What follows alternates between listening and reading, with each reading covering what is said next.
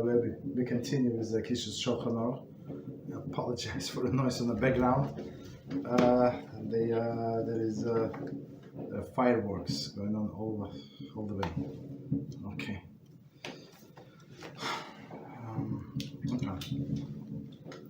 So we start today. We continue with kosher kitchen, but we start with Sefer Chofetz Chaim, and now big topic is the same. Tell us contrast of Lashon Hara and Vihilus. Okay, and it says obviously the requirement that one is be certain of the accuracy of information applies all the situation where the Lashon Hara or Vihilus is to be spoken for constructive purpose. There is, however, an aspect of the requirement that does not apply to all cases. As we have seen before, that the Torah requires us to judge a fellow Jew favorably and refrain from concluding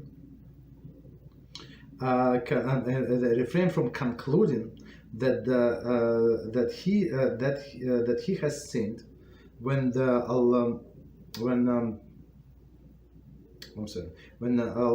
alternative way of explaining of his behavior can be found. As noted, even when it is clear that the person has sinned, one must consider the possibility that this may have been the result of ignorance or unusual circumstances. While the Torah does insist that we give people the benefit of the doubt, this should not be done in expense of others. Consequently, if one has witnessed one person harming or attempting to harm another, the need of the accuracy does not require to attempt at justifying the perpetrator's motives. Even if an act is out of the character, it must be rectified, and one may therefore inform the appropriate parties. Okay, so let's read again and try to understand what it says here. A lot of things. Also, again, obviously, the requirement that one be certain of the accuracy of the information applies to all situations where Lashon Hara and Vihilus is spoken. So, meaning that accuracy that first of all you witness with your own eyes, and you confirm that's what exactly happened. So you know background, who is right, who is wrong, and stuff like that. Okay. At least maybe you're not obligated to know so maybe you're not obligated to say who is right or who is wrong, but at least you know what actually happened without drawing any conclusions. Let's put it this way. Okay. Right. Okay. Okay. So in order to speak Vihilus or Lashon Hara for constructive purpose, you must make sure that information is correct. Okay, accurate. There is, however, an aspect of this requirement that does not apply to all cases. Okay, so what is the difference? So we have seen before that the Torah requires the judge our fellow Jew favorably and refrain from concluding that he has sinned when alternative way of explaining the behavior can be found. So as just to remind us, three types of Jews. First type is a tzaddik, so always we have to not give a benefit of the doubt, but just conclude that he is guiltless, right? Because most likely he already did teshuva, right? So it was a one-time thing, and Yetzer Hara took over. So whatever, so he did teshuva, or maybe you don't know all of the halachos. You don't know everything what happened. Okay. So, but second type is a person that sometimes sins. So in this case, when it is possible to give him benefit of the doubt, so you must give him the benefit of the doubt, right? But it looks like most likely that he sins, and you cannot find any justifiable reason. So in this case, so you're not obligated to give a benefit of the doubt, right? And the third type is actually a person who a non-sinner. So you're not allowed to give him any benefit of the doubt. Okay, so he's guilty, right? He's not guilty. He's a sinner basically. So continue. So okay, but in the first two categories, you're obligated to give the benefit of the doubt. As noted,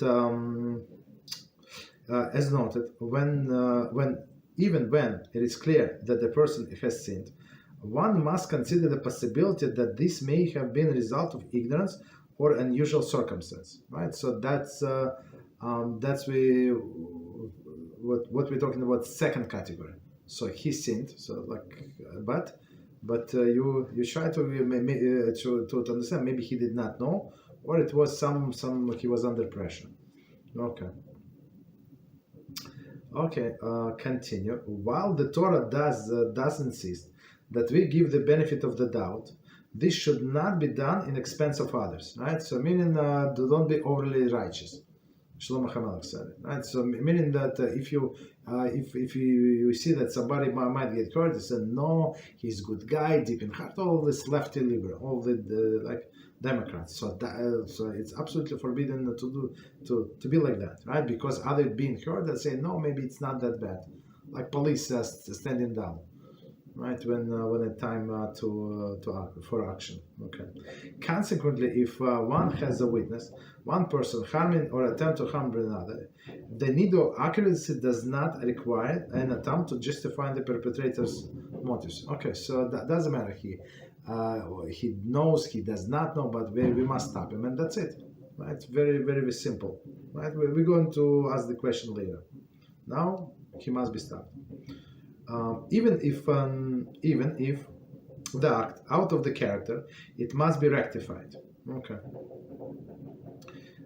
And one may therefore inform the appropriate party. So meaning, it's like this person would never say so, would never done so, but you at this point you know that he said so and he done so. Okay, so you're going to do investigation later, but now you have to warn the appropriate party. Okay, so let's see if we have any questions. Apologize, we have technical difficulties again, and I think it's every few days. Other day, I don't know.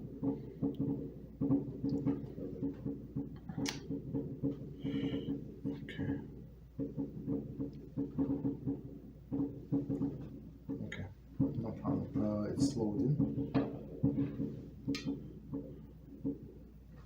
Right, I think more questions.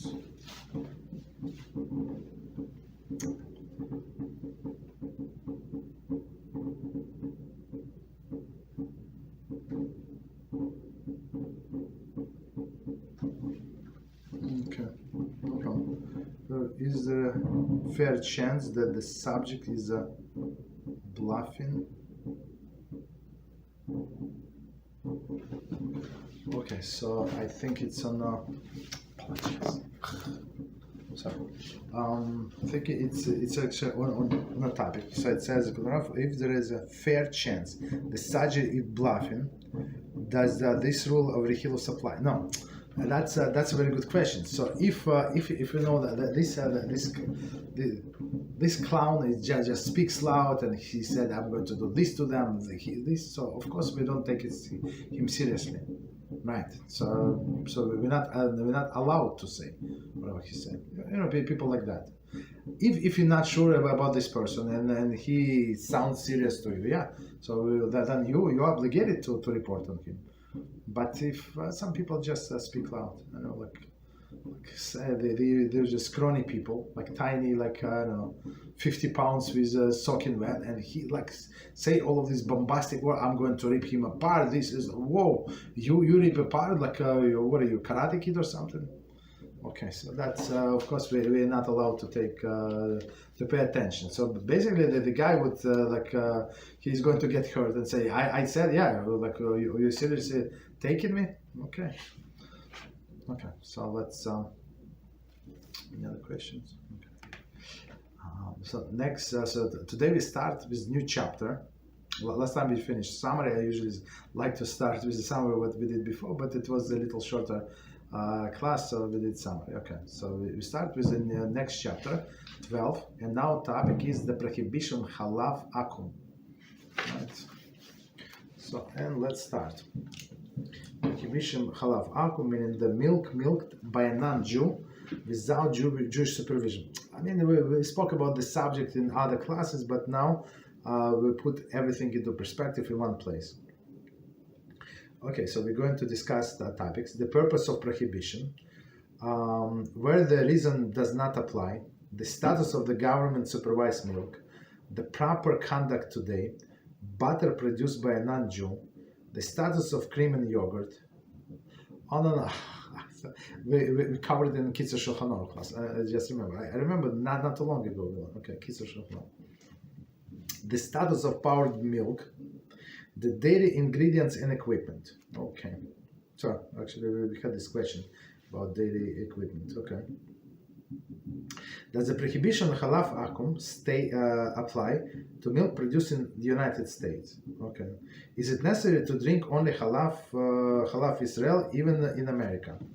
May one use a non-Chalav Israel baby formula? Okay. May one drink only Chalav Israel? May one who drinks only Chalav Israel eat food cooked by not Chalav Israel pot? Very interesting. May one give a non-Chalav Israel products to another Jew who eats them. So basically, for this guy, it is prohibited. I mean, he prohibited to himself, but for other person is permitted. Okay. Continue. May one eat a part of food produced on a dairy equipment, right? So as we spoke about this powder. So I actually look at the powder. Our friend sent us creamer. So it's 1 pound. I think it's a good stuff. It costs around 4 times more than kosher stuff that we buy. 4 times more. Like sometimes I think kosher stuff more cost more. No, not in this time. Very interesting. But maybe it's a good quality. It's from coconuts and stuff like that. Why do some people drink only Chalav Israel milk, but use non-Chalav Israel butter? Okay, those are amazing questions. And so we start with introduction. Part 1, introduction. The purpose of prohibition. Okay. In the previous 2 chapters, we discussed the halachas of pas akum and bitul akum. So meaning bread baked by a non-Jew and food cooked by a non-Jew. Right? Those prohibitions were instituted because eating foods of a non-Jew may cause intimacy and possible intermarriage. Okay, so meaning to keep us apart, that was bread and food. Okay, that's understood. Okay, Chalav Akum was prohibited for a completely different reason. Chazal were concerned that a non-Jew producing the milk may add milk from a non-kosher animals, for example, a pig or a mare. Okay, drinking milk from a non-kosher animal is a serious violation of Torah law, as eating its meat, right? So I mean, all the products of something non-kosher are not kosher. Very simple formula. Any milk from a non-kosher animal that was added to a kosher milk may render the entire mixture prohibited by the Torah law. Okay, so let me see the commentary. Now discussion will refer to such a milk and non-kosher milk. So meaning non-kosher milk, meaning kosher milk, like cow's milk, right? Mixed with non-kosher milk, as opposed to cow's milk purchased from a non-Jew, which will be referred to Chalav Akum. Okay, no, I apologize. No, apologize. What is this? Wow. Okay, so non-kosher milk. This is the milk come from non-kosher animal. So this is what we're going to call non-kosher milk. Opposed to the milk purchased from a non-Jew, which is Chalav Akum. So Chalav Akum, maybe it's kosher, maybe not kosher. That's the thing. So just because it's was milk by a non-Jew does not make it automatically non-kosher. So okay, so it says be it kosher or not. So it depends on the ratio kosher to non-kosher food, right? Of course, here we're going to, as we said before many times, it's only after the fact, right? So you cannot intentionally eat something like if you know that majority is kosher, like it's more than 60 to 1. Okay. Continue. If there were not really, so one second, so let me see if we need to review it. Okay, so again, Chalav Pas Akum, Bishul Akum, in order not to intermarry. Chalav Akum, the milk of a non-Jew is different, right? So we were afraid that they would mix a pig milk or mare milk. So why would they do that? Not because they hate it, but because for preservation. I think that the pig's milk is very like fat. So like in older days today, people buy like 2%, 1% like skim milk. I don't know how you can drink this skim milk. I tried it one time or 2 times. It's like it's better to drink water, like colored water. Like I don't know why people do that. Right? I have no idea. Okay, so I mean it just looks white, but it has nothing to do with milk. All right, but in olden days, the richer the milk, the richer the products, the better, right? And it was actually like if in olden days, if somebody like looked fat, so it was actually a compliment. It's a meaning fat, that meaning you're a rich person, right? So because most of the people were skinny. Okay. So especially kids, right? So they try to look them fat. Very interesting. Okay, continue. So meaning that's why they would mix in pig milk or camel milk or whatever in Asia, right? So meaning to what is it? For commercial purposes, not to go against anybody. If there were not realistic concern that the non-kosher milk was added to milk, it would not have been necessary It would not have been necessary for Chazal to institute the new prohibition of Chalav Akum. So, meaning, in other words, there was a realistic concern that they actually would mix in, and it was even before the people learned about pasteurizing milk. So, when you pasteurize milk, I'm not sure how long it's going to stay without refrigerator, but I think a few days maybe it can. I'm not sure. Okay, without refrigerator, it's going to go bad very fast. But with refrigerator, if you pasteurize it, maybe much longer. Okay, but with this fat, I think it's the best. And it was before pasteurization, basically. One certainly must avoid eating any product whose kashrus status is not assured. Okay. Rather, Chazal's prohibition Chalav Akum, even in a case where it may have been far-fetched and unreasonable to suspect the non-kosher milk was added, the prohibition is well over 2,000 years old and was instituted by Tanaim, right, the authors of the Mishnah, who are prohibited drinking any milk by a non-Jew without Jewish supervision. So it's not something new, right? It's more than 2,000 years from Tanaim, right? And they have a realistic concern to suspect that non-Jews would do that. Okay. So, and generally, like just because it says milk, so that does not mean that we're allowed to buy it, right? To drink it. I mean, right? If people in the countries got stuck in the countries that there is no other milk, maybe like the cheapest milk would be better, right? So meaning like they did not add anything.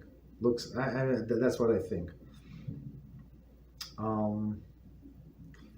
Right, but otherwise, if where I live, so we buy.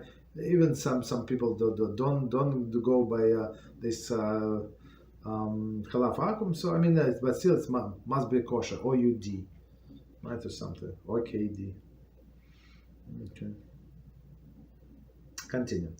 Whenever the term Chalav Akum is used in the book, it refers initially to milk produced in a country that has no government supervision of its milk. Milk produced in a country that has a government supervised milk will be discussed in the following section. Okay, so here, so author is saying again, and we're going to expand. Whenever the term Chalav Akum is used in this book, is referring initially to the milk produced in a country that has no government supervision. So meaning that everybody do whatever they want, right? And there is no strict regulations from the government that they can check anytime. That maybe they want to install cameras, and these inspectors would come from time to time and stuff like that. Okay.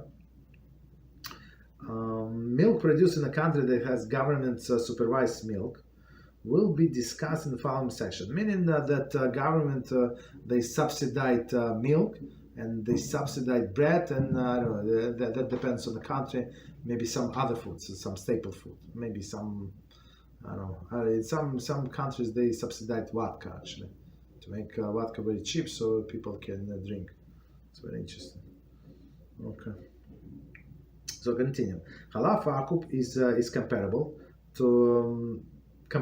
in a severity to any other rabbinic prohibition. Okay. If one must drink milk for even a serious medical concern and has access only to Chalav Akum, is required to exhaust all financial resources in order to avoid drinking Chalav Akum. Right. So a utensil used for the Chalav Akum is comparable to a utensil used for any non-kosher food and may not be used until it is kashrut. So as we see here, this Chalav Akum is very serious business. So again, we say in the country there is no government regulations. So let's do it again, and we're going to explain. Chalav Akum is comparable to severity to any rabbinically prohibited food. Right? So what is rabbinically prohibited food? I guess maybe chicken with cheese. Okay. Right? Rabbinically prohibited food. So I mean, nobody like a normal mind would say that chicken with cheese is okay. Right. So, but that is only also prohibited by rabbinical law. So here is, just to draw the parallel to this Chalav Akum. One who must drink milk for even a serious medical concern and has access only to Chalav Akum is required to exhaust all financial resources in order to avoid drinking Chalav Akum. Okay. Right. So meaning that's how serious the prohibition is. Right. So as you see, this author, he in many times he's trying to find leniency for us many times. So here he said, of course, after the fact, so he said that if you have a medical emergency and you must drink, then you have no other choice, but you must exert your all his financial resources. A utensil used for hot Chalav Akum is comparable to a utensil used for hot non-kosher food and may not be used until it is kosher. So meaning, and commentaries say, see there regarding the ratio necessary nullification Chalav Akum. Meaning, if person had kosher milk and not kosher milk, but if they use it for cold milk, right, for whatever reason, cold milk and from the cup, so maybe you're not obligated to kosher it, but you would obligated to of course to wash it, let it stand for 24 hours, right, and it would be easier to make it usable. But otherwise, you would need to kosher. Okay. Continue. Number 2. Section number 2. Where the reason for the prohibition does not apply. Okay. Paskim discuss several instances where the concern about non-kosher milk may seem unwarranted. Okay. Number 1. An area in which non-kosher animals are not found. Right. So meaning it's a dairy farm. Any other animals, maybe in modern farms, maybe they have they don't have any horses. I mean, if they want to have a horse to ride on it, yeah, for kids or something. But otherwise, they have all of this cars, like tractors or something. Okay. So most likely they would not have other animals, right? Especially like if you have cows. I mean, like a cow. Why do you need pig? On one hand, on the other hand, maybe that's what they like. They like to eat pigs. Okay. So an area in which non-kosher animals are not found. There is disagreement among the poskim regarding the status of a milk produced by a non-Jew if an area where the non-kosher animals are not found. For example, one may drink milk produced in a city in a non-kosher in a city in which non-kosher animals are not found in any of its environs. Okay, that's a good question. So it is somehow somebody have a cow in the city, or many cows. This non-Jew have many cows in the city, and there is no non-kosher animals. Okay. So non-kosher animals meaning like that you can milk, right? It's not like dogs or something, like cats, right? Number 6. An example was this example was applicable only previous times when refrigerated trucks were not available to transport milk from city to city. Okay. So meaning that, what does it mean? That they would sell milk in that town. So it was safe to assume that this milk came from here and nothing else. But today, what the commentators say, when you can transfer from one to another, so city, like in 1 hour, it could be very far away. Okay. Some poskim rule that the milk is permitted since there is no possibility of non-kosher milk being added to milk. Okay. No possibility. Why is that commentary? In their opinion, Chalav Akum is not completely new prohibition enacted by Chazal. Rather, Chazal required that one guard against even a remote possibility that a non-kosher milk was added to the milk. Thus, it is completely impossible. If it is completely impossible, not merely remote, there is no basis for this prohibition. See discussion into opinion and said in that book. Okay, so meaning if he said if it's in what is it in if in like the cows in the city and there's no non-kosher animals in the city, I mean I think it's possible. So in this case maybe there is no problem. Okay. Others maintain that even in this case, the milk by a non-Jew is prohibited. So others, some poskim said it's a reasonable chance, like it's most likely there is no addition of non-kosher milk. Other poskim said no, still not. It is forbidden. Why is that? Number 8, commentary. In their opinion, Chazal created completely new prohibition, Chalav Akum. So first opinion, it's they say it's not anything new. It's actually prohibition of eating non-kosher food. That's it, right? So if there is no real danger to eating non-kosher food, then there is no problem with Chalav Akum. Second opinion that forbids even there are no pigs or other non-kosher animal around the city, right? They say why? Because Chalav Akum is totally new invention. Right, no, totally different prohibition. It's not about kosher food, non-kosher food. It's about milk that produced by a non-Jew. So that's totally different, and it is milk produced by a non-Jew. Okay. So 1 second. So let's read it again. So it's, I mean, if what opinion is looks logical. I mean, to me, both of them looks very, very logical. In their opinion, second opinion that is prohibited, Chazal created completely new prohibition of Chalav Akum. This prohibition is all rabbinic prohibitions, as all rabbinic prohibitions remain in force even if the reason for original prohibition no longer applies. That's rabbinical prohibition. So even if there is no reason for original prohibition no longer applies, we still do it. Okay. And I say maybe I'm just from the top of my head. Example of Haftorah that we read on Shabbos. right? Initially, it was instituted because these Romans or Greeks forbade us to read the Torah portion on Shabbos. So sage is substituted by portion from like piece of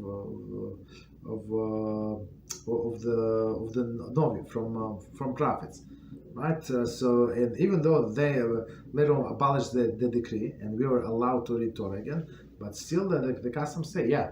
So the reason why this rabbinical law was instituted, right, is no longer in place, but still continue doing it. Right? The only manner in which the rabbinic prohibition can be rescinded is whether the later Bezdin is greater than the first, revokes the prohibition. See Rambam Hilchas Mamrim Tutu. So, and it's not. So it's very interesting explanation. So it's not about the reason. The reason is for heretics, right?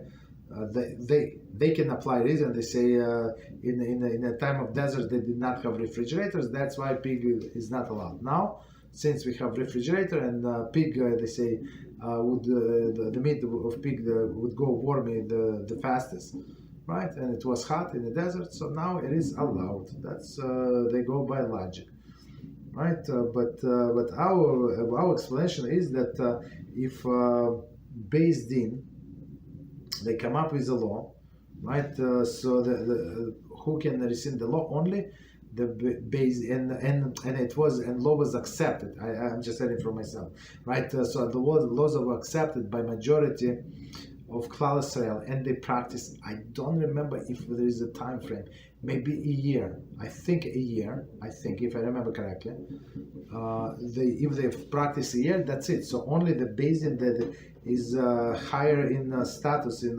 holiness, right, and in numbers, right? It says the numbers, but they can revoke. But we know that the next generation, based in is like a lower status than the previous one.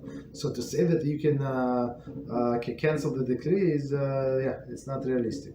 So that's why it stays. It's not because the reason there or not there. It's not about the reasons. It's about the next generation cannot cancel it.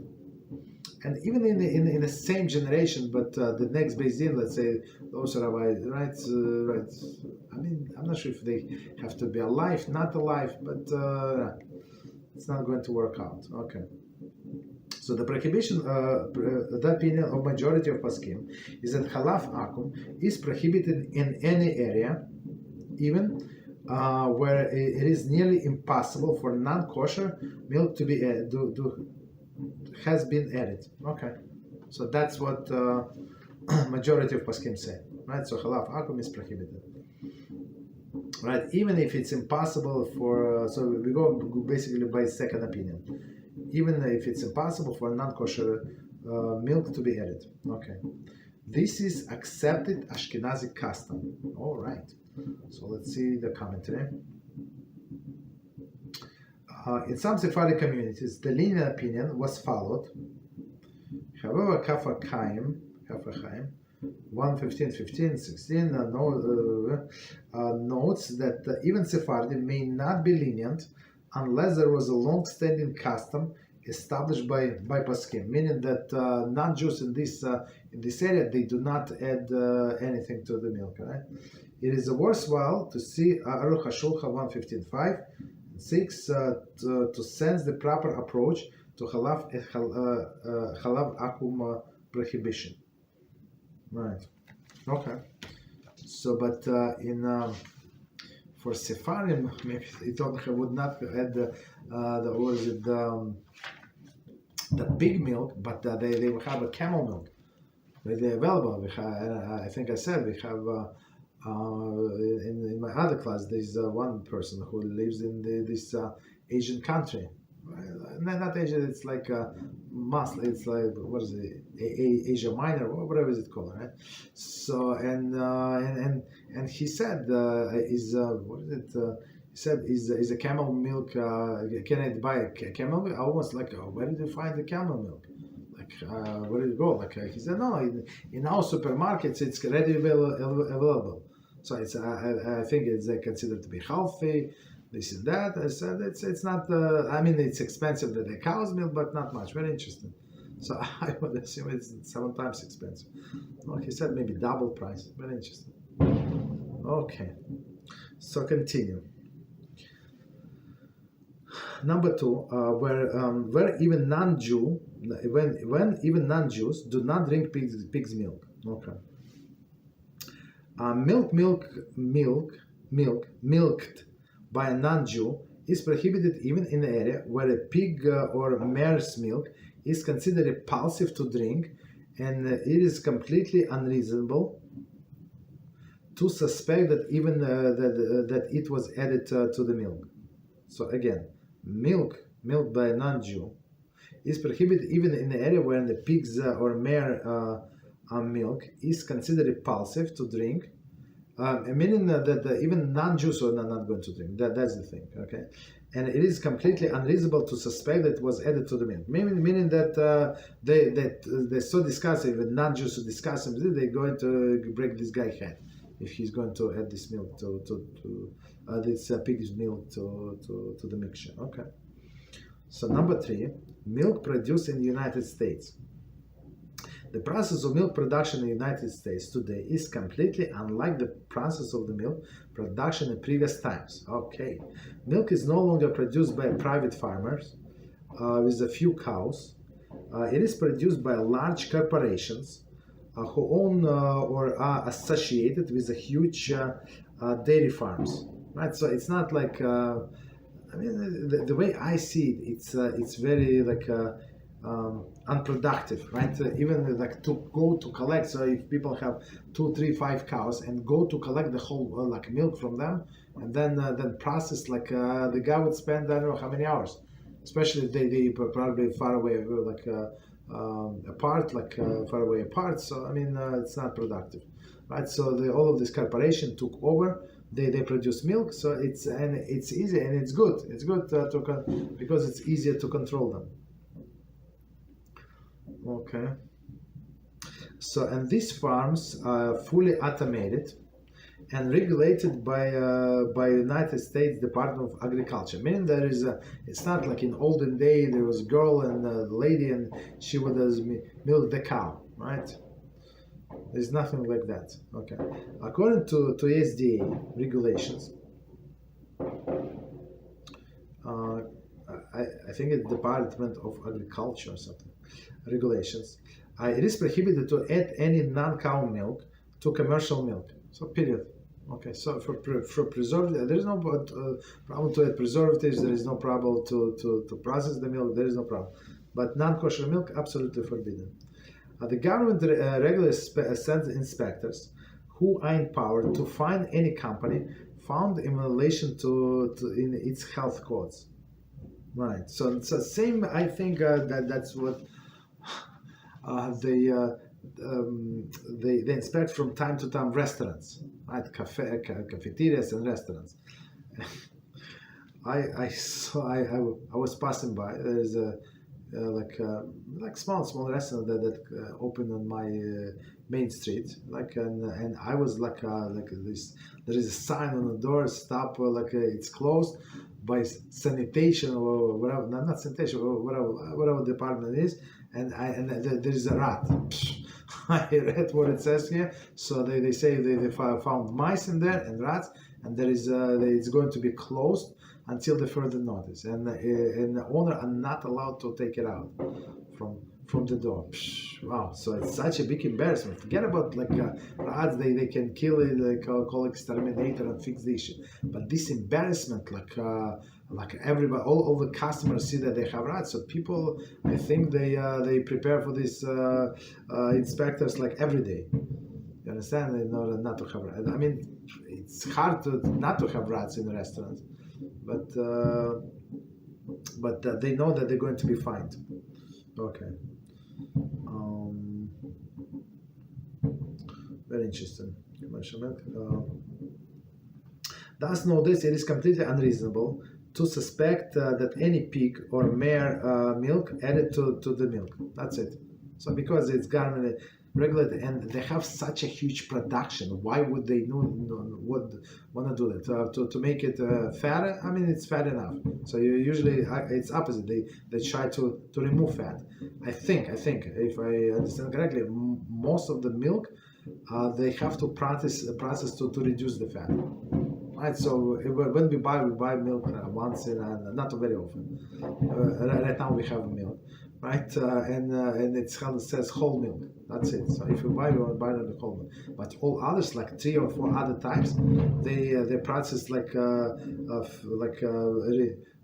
the fat removed. So there is pig milk was for what is it for to make it fatter and for preservatives. So it's both of them do not apply. Okay. Nevertheless, many contemporary poskim, and this is the list, prohibit Chalav Akum even under these circumstances. So continue. Commentary. Although a valid case can be made that Chazal would not have instituted the ban against Chalav Akum under such current conditions, a ban that was previously established by Sanhedrin cannot be revoked. Let's see introduction to book 4. All right, so and then we said it here before. So whatever they established, we cannot revoke. Okay, but we do know. So a lot of dairy product. Or D meaning when a dairy, meaning not Chalav Israel. Okay, continue. However, Rabbi Moshe Feinstein, Zatzal, maintains that the milk produced in the United States today is not considered Chalav Akum. Okay. And commentaries say the same applies to any other country that has strict government controls over the milk production. So it's very interesting. So we actually learn in details this thing. I mean, it's very, very involved. A lot of back and forth, a lot of explanation, Baruch HaShem, from Rabbi Moshe. And one thing I remember, he asked, "What is it a chance? Is it a chance that they will try to bribe inspectors?" So he was trying to go from all angles. So if they would, let's say, add the pig milk for whatever reason, unreasonable reason, right? And inspector would find out. Would they try to bribe the inspector? So he does not know. He has this question. How is it reasonable? So people who were in the industry and stuff like that. So it's very interesting. So they say it's not very reasonable. Because because if this inspector would report them, they're going to lose license, and this license costs a fortune. I mean, if they cannot produce milk, so basically the whole business is going to shut down. Period. It's not like you can there is like on my street, but not my street, like a commercial street.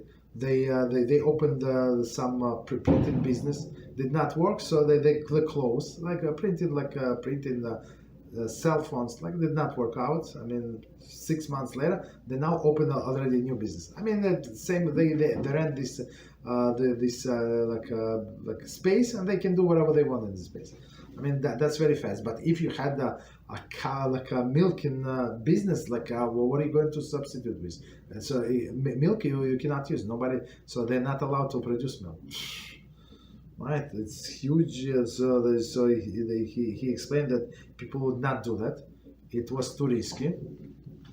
And plus, for me, it was unbelievable surprise when he said how much was fine. And we translated this fine in the buying power, if you might say so, from this thing was from from 50s or something, or 60s. I don't remember when it was issued, but of course long time ago.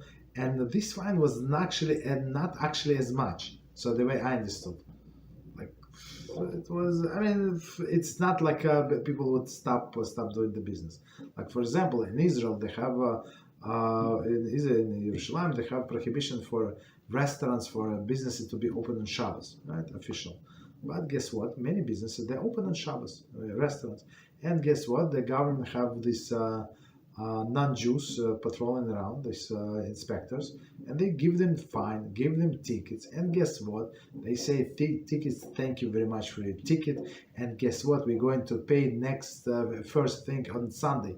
Why? Because it's worth it for them to get ticket, and they have so many tourists, they have so many business, that ticket nothing to them. Maybe in 5 next customers they're going to make this money. I mean profit. So it's like a joke or something.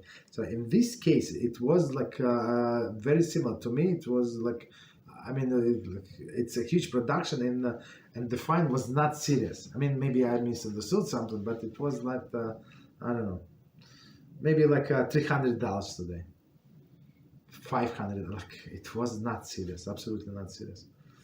I mean, for maybe for an individual, yeah.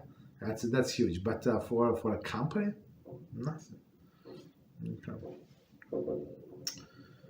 Or a few thousand. I mean, not not serious. Okay. Commentary. Igras Moshe Yorgdeya 1:47-49. Right. It says there are those who wish to infer from the words of Chazanish in Yorgdeya 41:4. That he concurs with Igras Moshe as opinion. Okay, the Chazanish, based on his ruling of Pri Hadash, who follows the minority opinion cited in Note 7. Okay, and not on the Igras Moshe argument. Okay, as noted above, Ashkenazi custom does not follow the Pri Hadash. Okay, see Halachos Yaakov, who maintains that the Chazanish was lenient only with regard to powdered milk. Okay, even this is not to be taken literally. This author heard from a prominent gadol who wished to remain anonymous, that who was told by Chazanish at the time that he permitted to powder milk only during the early years of the state of Israel, when the milk was scarce. And even then, only for children. A similar testimony of the Teshuvas, Halachos, etc., etc.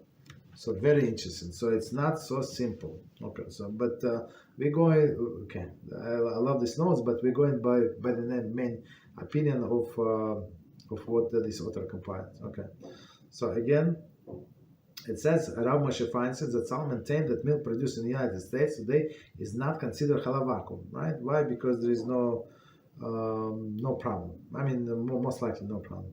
He argued that the strict government control and producer fear of being caught and fined for adding non-kosher milk is comparable to Jewish supervision.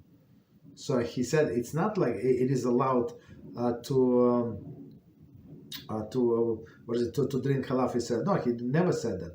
He said that why non-Jew would not mix non-kosher milk, because he would be afraid of a Jew who is supervising him. Meaning that a non-Jew can milk the cow, but a Jew would be supervising, right? And it says even 9 years old boy or girl can be supervisors. So, I mean, a child that has some understanding what's going on. Okay, no problem. Right. So it is. So in this case, there is government regulation. Today they have cameras, so it looks like more than milk supervised by a Jew. Okay, because they would be afraid of the government. Okay. Commentaries say. Rav Moshe's opinion is not based upon the fact that it is completely improbable that the pig's milk was added, right? This is a minority opinion based cited in Note 7, so as we said before, right? And not halachically accepted, so especially as Ashkenazim.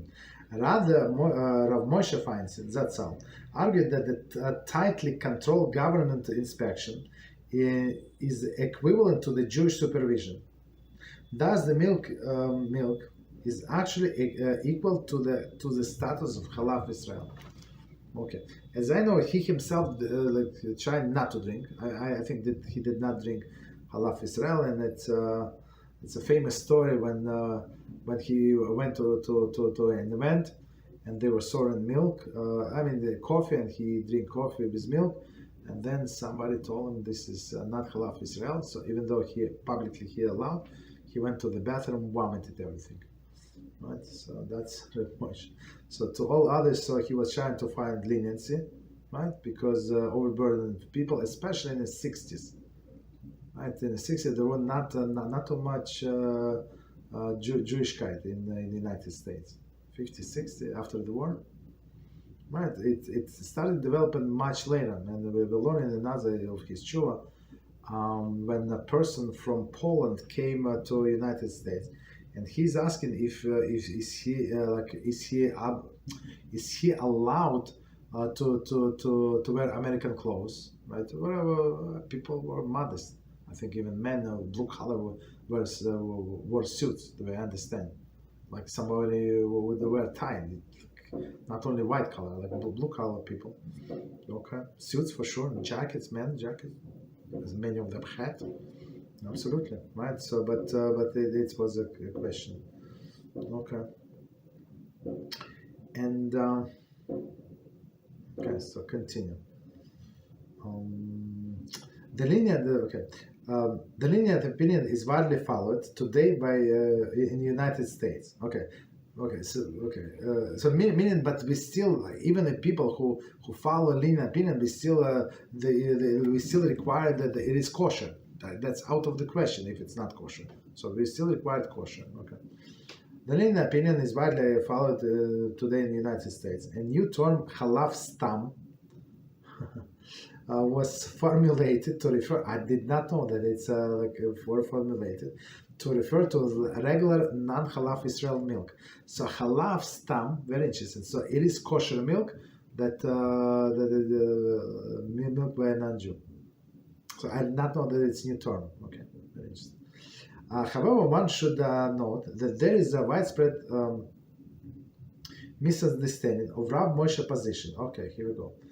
Although Rav Moshe certainly held that the prohibition of Chalav Akum does not apply to our milk, nevertheless, in his letter, in response on the matter, he reiterated that while it is halachically true, one should preferably follow the strict opinion and drink only Chalav Israel. See the note 16.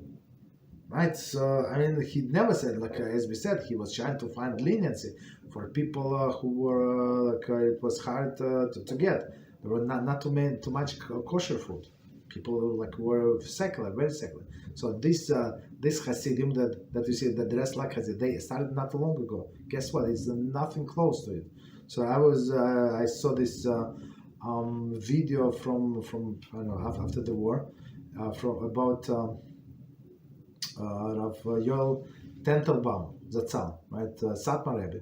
So he was the only one with beard, just so you know. He was the only one to wear Hasidic garb. All of his Hasidim, I mean, I don't want to minimize, Hasidim like clean shaved. All of them, look like secular people, all of them. Maybe like somebody would have a short beard, but otherwise.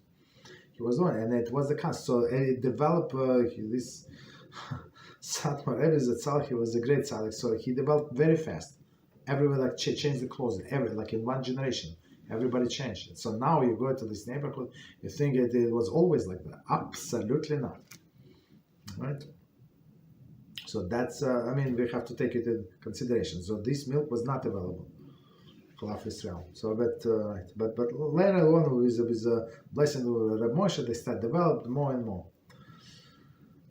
Rabbi Moshe emphasizes in each of the letter, right, that Ben Torah or Baal Nefesh should drink only Chalav Israel. Okay. So before we continue, so Ben Torah is the one who learns Torah. Only Baal Nefesh, meaning the person who is sensitive with his soul. Okay. So meaning Baal Nefesh is many times is used as the person who goes above and beyond. So it's not Halachah, but he would go above and beyond, Baal Nefesh. So they should drink only Chalav Israel.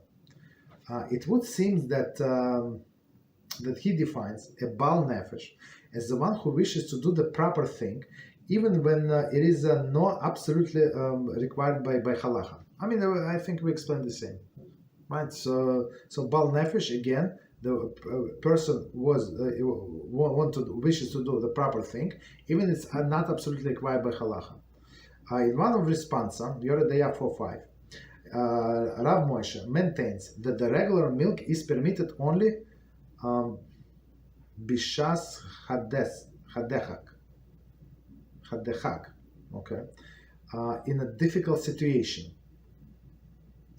In a letter printed in Madrich LeKashrus, New York, April 1977, reprinted in the Hebrew edition Pischei Halacha Kashrus, Rav Moshe writes, where Chalav Israel is available, even though it is a bit bothersome to acquire and a bit more costly, it is improper to be lenient and drink regular milk. So, very simple. Rather, one should drink only Chalav Israel. Although the letter was omitted from the collection of response, I cannot believe it. It is consistent in the spirit of the other letters on that matter. So he said, look, I rule leniently, but I am telling you that it's proper to do that. Okay. But meaning, if somebody is not doing not eating Chalav Israel, does not mean that he's doing something improper. Okay. It is the most interesting to note in response to Rav Moshe to the directors of yeshiva. They posed a question to him with regard to the milk that the school provide to its students. Must the school provide the students with Chalav Israel only, even though it in the course of the year the added expenses was enormous, strained to yeshiva limited resources, or perhaps they should serve the students with regular milk. So that's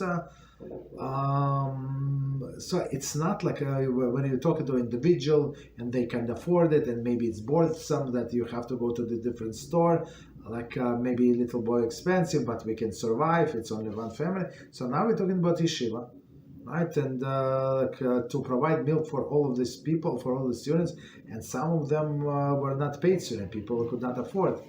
You understand? So it's like are they obligated, basically? Are they, like, in his opinion, what's the proper thing to do?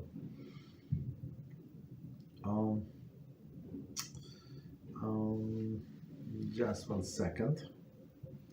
Must the school provide the students with Chalav Israel only, even though in the course of a year, that expense was enormous, strained on the yeshiva's limited resources? Or perhaps they should serve the students with regular milk, which Rav Moshe himself permits, right? So, okay. So even though it is he permits, so they still have to ask the question, how does it apply to us? And many times a person read a response or some halacha, like some leniency, and they automatically apply to them. Like who told you that it applies to you, right? Maybe it applies to people different circumstances. So you have to ask Rabbi. Rav Moshe responded that since responsibility of the school is chinuch, they cannot compromise chinuch in the budgetary reasons, for the budgetary reasons. So very amazing. So since they have to educate children, so they have to educate it in a right way. It's not not because of the budget. Part of the responsibility of chinuch is to teach their students that one should be strict regarding any situation where there is a serious halachic risk question. So it is very, very interesting, right? So again, part of the responsibility of chinuch is to teach their students that one should be strict regarding any situation where there is serious halachic question. So maybe yes, maybe no. So meaning, and we know what's going on. All of these people, not all of it, these great people who we have today. They established a new city in Monsey, like around Monsey. Lakewood, around Lakewood, they like built amazing communities, the whole towns. It's unbelievable. You go to Lakewood, unbelievable, huge, a lot of Jewish people, and kosher synagogues, like all of the black and white. It's like Baruch HaShem, right? So these rabbis who in charge of this community, they came from Rav Moshe yeshivas. There are not too many kosher yeshivas. right? In Baltimore it was, right? But yeah, they came from them, from Lakewood itself, right? So it's his vision. So actually we see the results today.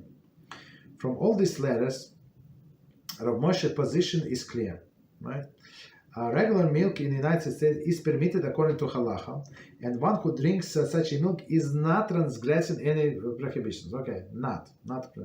However, when Chalav Israel is available, it is proper to drink only Chalav Israel. Okay, 16. Continue. Nowadays, since Chalav Israel is easily available, so we just finished the note and we go to text. In most areas, Rav Moshe would probably agree that one should preferably drink only Chalav Israel. Okay, he just conclude here the same. And commentaries say one should not be confused with the fact that some very close disciples of Rav Moshe use regular milk even though Chalav Israel is available. They probably do so out of intense reverence to the great mentor. This does not apply to others. I'm not sure. Okay, so one more time. One should not be confused with the fact that some of very close disciples of Rav Moshe, that's all, use regular milk, even though Chalav Israel is available, because he said available. So meaning, I guess to uphold his opinion that he said available, it's allowed. So they continue using it. Okay, very interesting. So, but it says do not apply to yourself. Where Chalav Israel is not available, it is permitted to use regular milk without hesitation. Okay, so why? Because it is kosher. Let me quickly check time.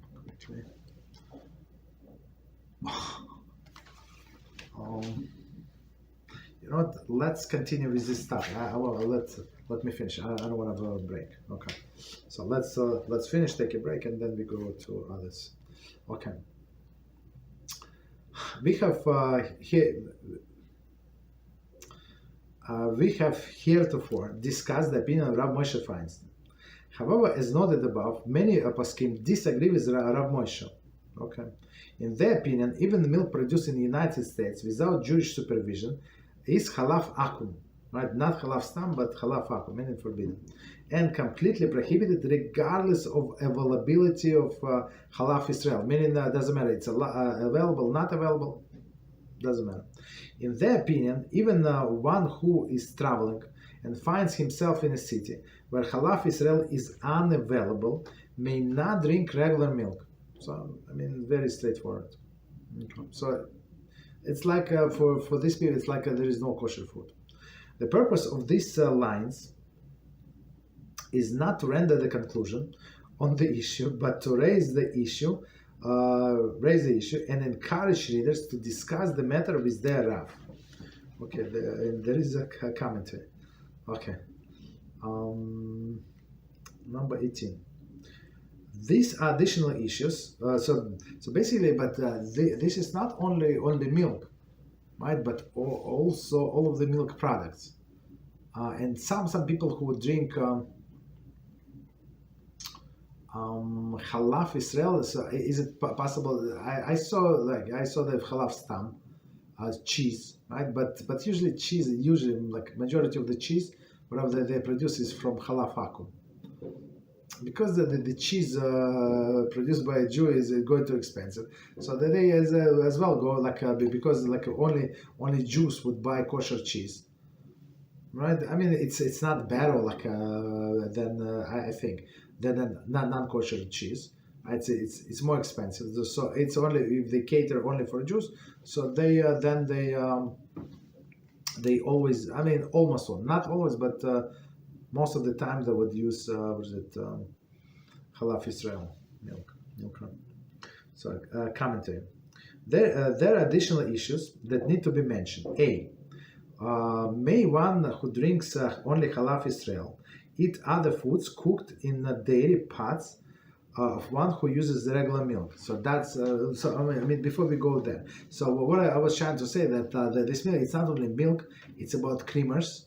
Right, it's about anything like cookies, like everything, like cakes. They have, of course, I'm not talking cheesecake, but regular cookies that have milk. So everything is out. So I mean, to say Chalav Israel, it means that a lot must change, like cottage cheese, whatever people eat. Okay. So then we go additional concerns. May one who drinks only Chalav Israel eat other foods cooked in a dairy pot of one who used for regular milk. For example, they used it to cook parach. Let's say, I don't know, is it appropriate, not appropriate. It's a different story, right? Or even warm up his milk or something, like in a pot that was used for a not Chalav Israel milk. Maybe it's even better example. Should these pots be considered non-kosher? I mean, for him, right?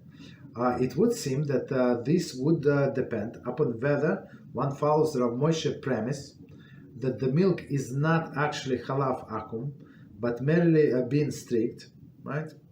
As Rav Moshe recommends, or whether one follows the opinion of other poskim, right, who forbids this other milk. If one especially follows Rav Moshe position, there is a basis to be lenient. There is a basis to be lenient. However, if one follows the majority opinion, the pots should be considered non-kosher. Okay. So again, if one essentially follows the Rav Moshe position, there is a basic for leniency, meaning that even if he eats only Chalav Israel, and now and somebody eats only Chalav Stam, and not only but Chalav Stam, meaning this milk without Jewish supervision. So this Chalav Israel was cooked in the pot of a person who used it for Chalav Stam. So if they follow the Moshe position, so who says it's only stringency, there is no problem. However, if one follows the majority of poskim, the pot should be considered not kosher, right? That was used for Chalav Stam. If one is served food, it may be possible to be lenient, since the pot may be non-ben yama. So if they already give you the food and you embarrass, and so if the pot is ben yama, meaning more than 24 hours, so that the taste spoiled that was absorbed into the walls of the pot. So okay, so of course you can be lenient here. One should consult his Rav. It is interesting to know that in Igras Moshe, Yoredaya 2:31, at the end, Rav Moshe himself is strict regarding this question. So, but he's strict to himself. Right? See below, not below 42. Okay. B. So first concern is a pot. If he drinks only Chalav Israel, now something cooked in a pot that is used for Chalav Stam. And B, should one who drinks only Chalav Israel but lives with the parents who drinks regular milk purchase Chalav Israel daily for his own use, and should he avoid upsetting the family harmony? Okay. So I mean, for some people maybe it's a real, but look, if he wants to eat whatever he wants, if somebody, like in my mind. So I was explaining to one mother, not long ago. I said, "What do you care?" So they want to eat different. She does not buy this kosher, not kosher thing. Okay, I mean she's not there, but we want to allow her daughter to eat kosher food. So I said, "Look, it's a better food. Like for you, let's say it's organic." So you think organic is good? She said, so for her it's like organic but spiritual. So just leave her alone. Let her do whatever she wants. You understand? So I mean, if you explain normally to person, to families, they should not get upset. Okay, so especially but she told this daughter, you have to, this girl, lady, she's not girl, lady. So I said, you have to be very patient. You have to be very, very respectful. I mean, some people drink 2% milk. Some people drink skim milk. Okay, so I mean, would you have an argument in the family if they use this milk, you use that milk? It's personal preference. Well, you on a diet or something, right? But it's really concerned. Okay, C. In a reverse case, if one's family uses Chalav Israel, may one choose to drink regular milk? I'm not sure. That's already rebellious in my sense, in my understanding. All this question must be discussed with the one's Rav. I mean, if everybody goes stricter, so why should you? And they already bought the milk, let's say, and kid like Dafka wants to use this Chalav stuff. That's too much. That will stop the kid. D. I mean, okay. In response to MS Yaakov, Yeridaya 115, Rav Yaakov Kamenetsky, Zatzal, is quoted as permitted one to drink only Chalav Israel, as he advised, to give Chalav, is quoted permitted one who drinks Chalav Israel, as advised, to give Chalav, non-Chalav Israel product to someone who eats them. This may not apply to someone who completely follows stricter opinion. So let's understand Rav Yaakov Kamenetsky. I think he lived in Monsey, like he died in Monsey, right? So it's MS Yaakov. So he was a very truthful person. So this the Gadol Hador now is his son Shmuel Kamenetsky. I think he's around 90-something years old. Right? It's about him that it says about the Yaakov Kamenetsky and Shmuel Kamenetsky that what is it about him? No, it's about Shmuel Kamenetsky, right? And his son. So his son that in a plane when he was his son was taking care of him. And there's next to him was a professor that his son always demanded. And we had a clip about it. It's a famous story. Okay, so it's about him, right? So he said, okay. So if he was asked a question: if somebody drinks only Chalav Israel, and he got some food by mistake, whatever, that is not Chalav Israel, is he allowed to give to another Jew who eats OEG regular, right? So he said very interesting, like two options. If he only eats Chalav Israel because it's better option, because it is it's upgrade. There is so he's allowed to give to another Jew. But if he goes by the first opinion that non-Chalav Israel is completely forbidden, then he's not allowed to give a non-Jew because for him it's treif 100%. In a sense, that's a very interesting explanation. Okay, 18, almost done. Based upon what has been said, one should initially not to use non-Chalav Israel baby formula, right? If the price difference between non-Chalav Israel formula and Chalav Israel formula is significant, one should consult a Rav. Okay, one should consult a Rav. If baby is not nursing and cannot tolerate other formulas, one may certainly give the baby non-Chalav Israel formula. So let's do it again. And it says, based upon what has been said, one should initially not use non-Chalav Israel baby formula. Okay, I mean today is much more accessible. If the price difference between a non-Chalav Israel formula and Chalav Israel formula is significant, one should consult a Rav. I mean, many times they just better quality, this non-Chalav Israel, many times. But I think in Israel, they import here from Israel also very good stuff. Okay. Right, but if it's a huge difference in price and they cannot afford, so they consult Rav. If a baby is not nursing and cannot tolerate formula, meaning that the baby must have this formula, right? One may give the baby non-Chalav Israel formula, and it says under certain circumstances, after consulting Rav, one may even give baby non-kosher formula. Well, I mean, baby is allowed to eat. There's no obligation, but we try not to. But if I don't know, the baby has allergy on all of these other formulas, what can he do? Okay. And commentary. See response of MS Yaakov. Rules lenient regarding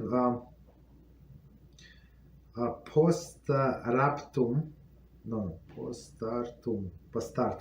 mother. During the first 30 days as well, right? There is additional leniency with a powdered formula, since according to some poskim, powdered formula is not included in Chalav Akum production. Okay, so I think we can stop here. So we actually a little overtime, but HaShem. Let's take 5 minutes break, drink some water, do whatever we need to do, and then we continue. 5 minutes.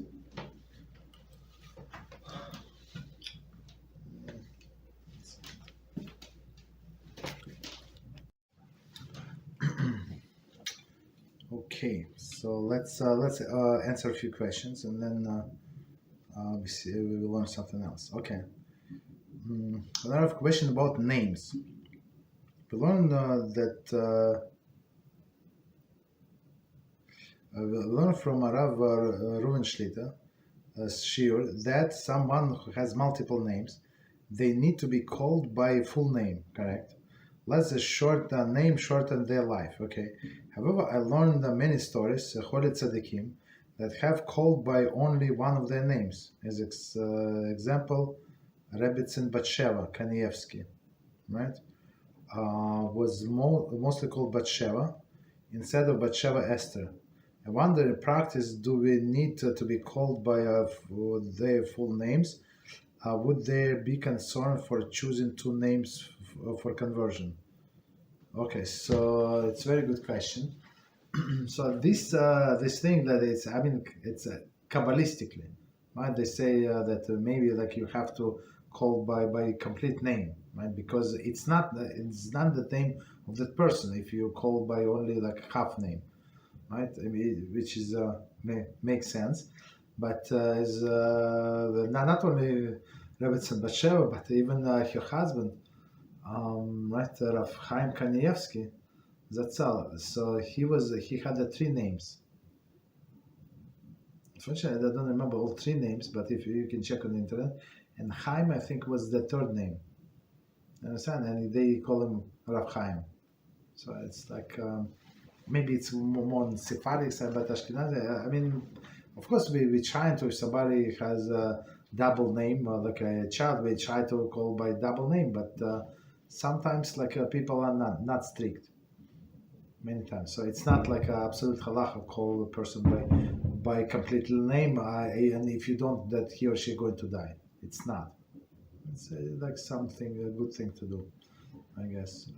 So is it good to so second part of the question, one of the practice, do we need to call someone by full name? So we just answered. So I mean, if you want, if everybody call them this person by full name, yes, it's better. But if not, it's going to look a little strange, because I mean, you can ask that person, because what you're going to do is going to be proper, but you're going to accentuate that everybody do improper things. That's the issue. You understand? So we have to ask that person. If person wants, when he or she said, you know what, all my life I dreamt that somebody called me by my full name. Oh wow. And you're going to be the first person, yeah, maybe it's time to start and encourage others to call this person by name, like complete name. But today people, like even the normal name, they just shorten. So the guy, it's Itzhak, so they call him Itzu, they call him Itz, they call him like all of the like crazy things, like which is not appropriate. So forget about the full name, even the complete one name they trying to look at the change.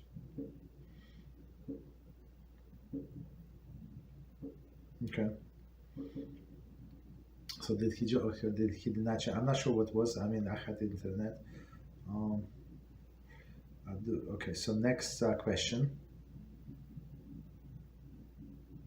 Shmaryahu Yosef Chaim. Yes, okay.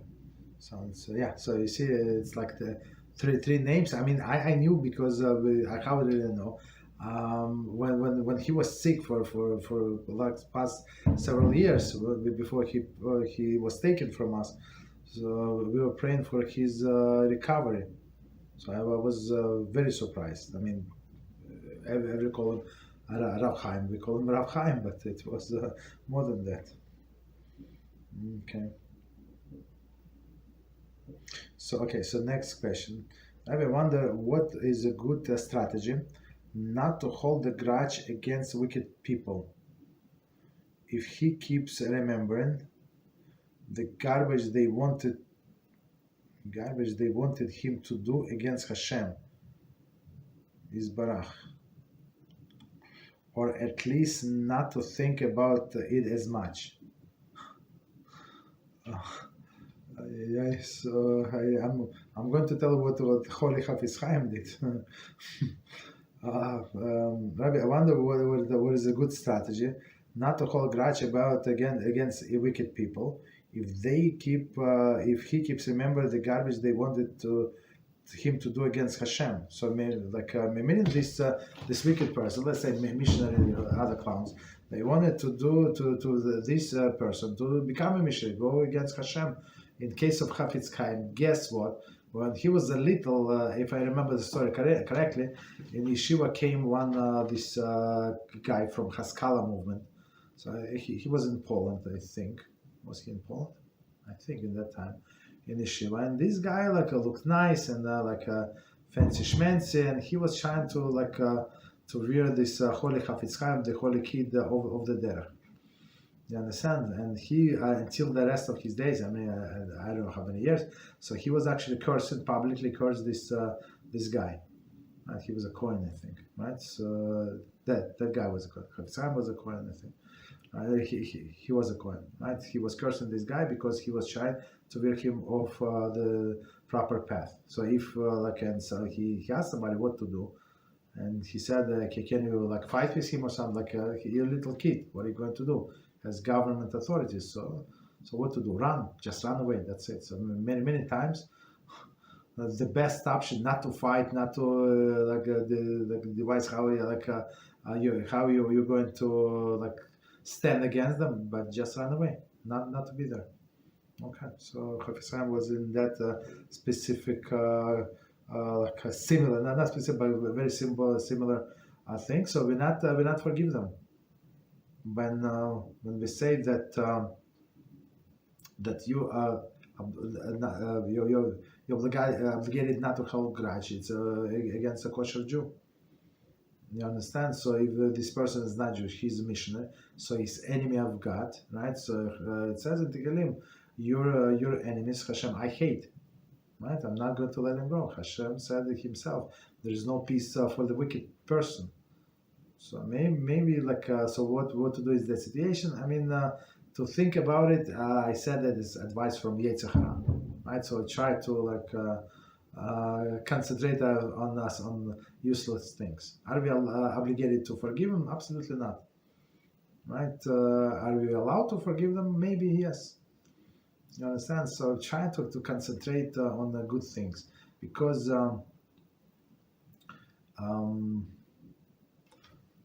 a person cannot concentrate on two things at the same time, only on one. So great tzaddik, we're not talking about exceptions. We're talking about regular people. So if you concentrate and you are constantly thinking about this incident or periodically, that's advice from Yetzer Hara. Concentrate on holy things and try to put it away. Are you obligated to forgive him? Absolutely not. Right? Because the person wanted to steal from you eternity. Right? So, okay, continue. Next question. I have a question about fruit from Eretz Israel. If one allowed to buy a tangerine imported from Eretz Israel non-kosher supermarket, it is unlikely to find out.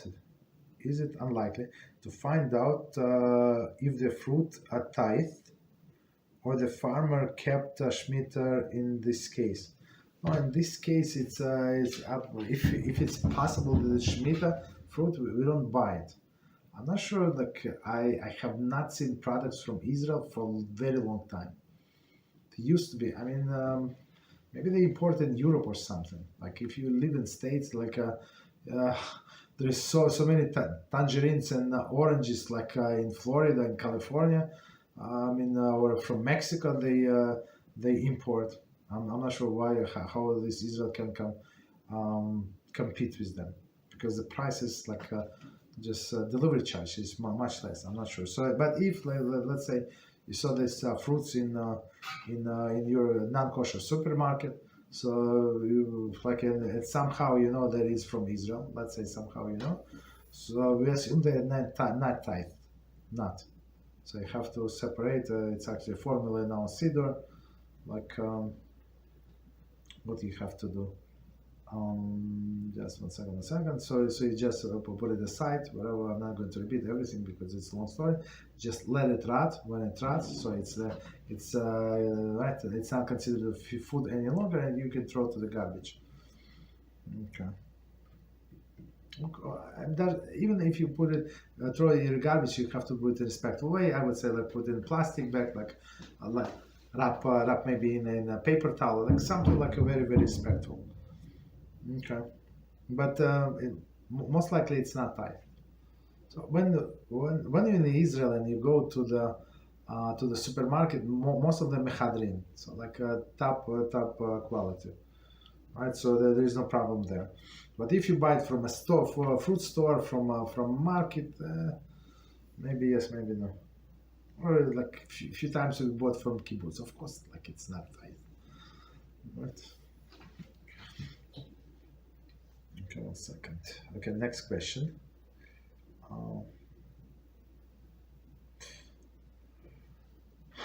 Because I have a question about the dairy products. Rabbi Mizrahi Shlita have mentioned that all dairy products are at the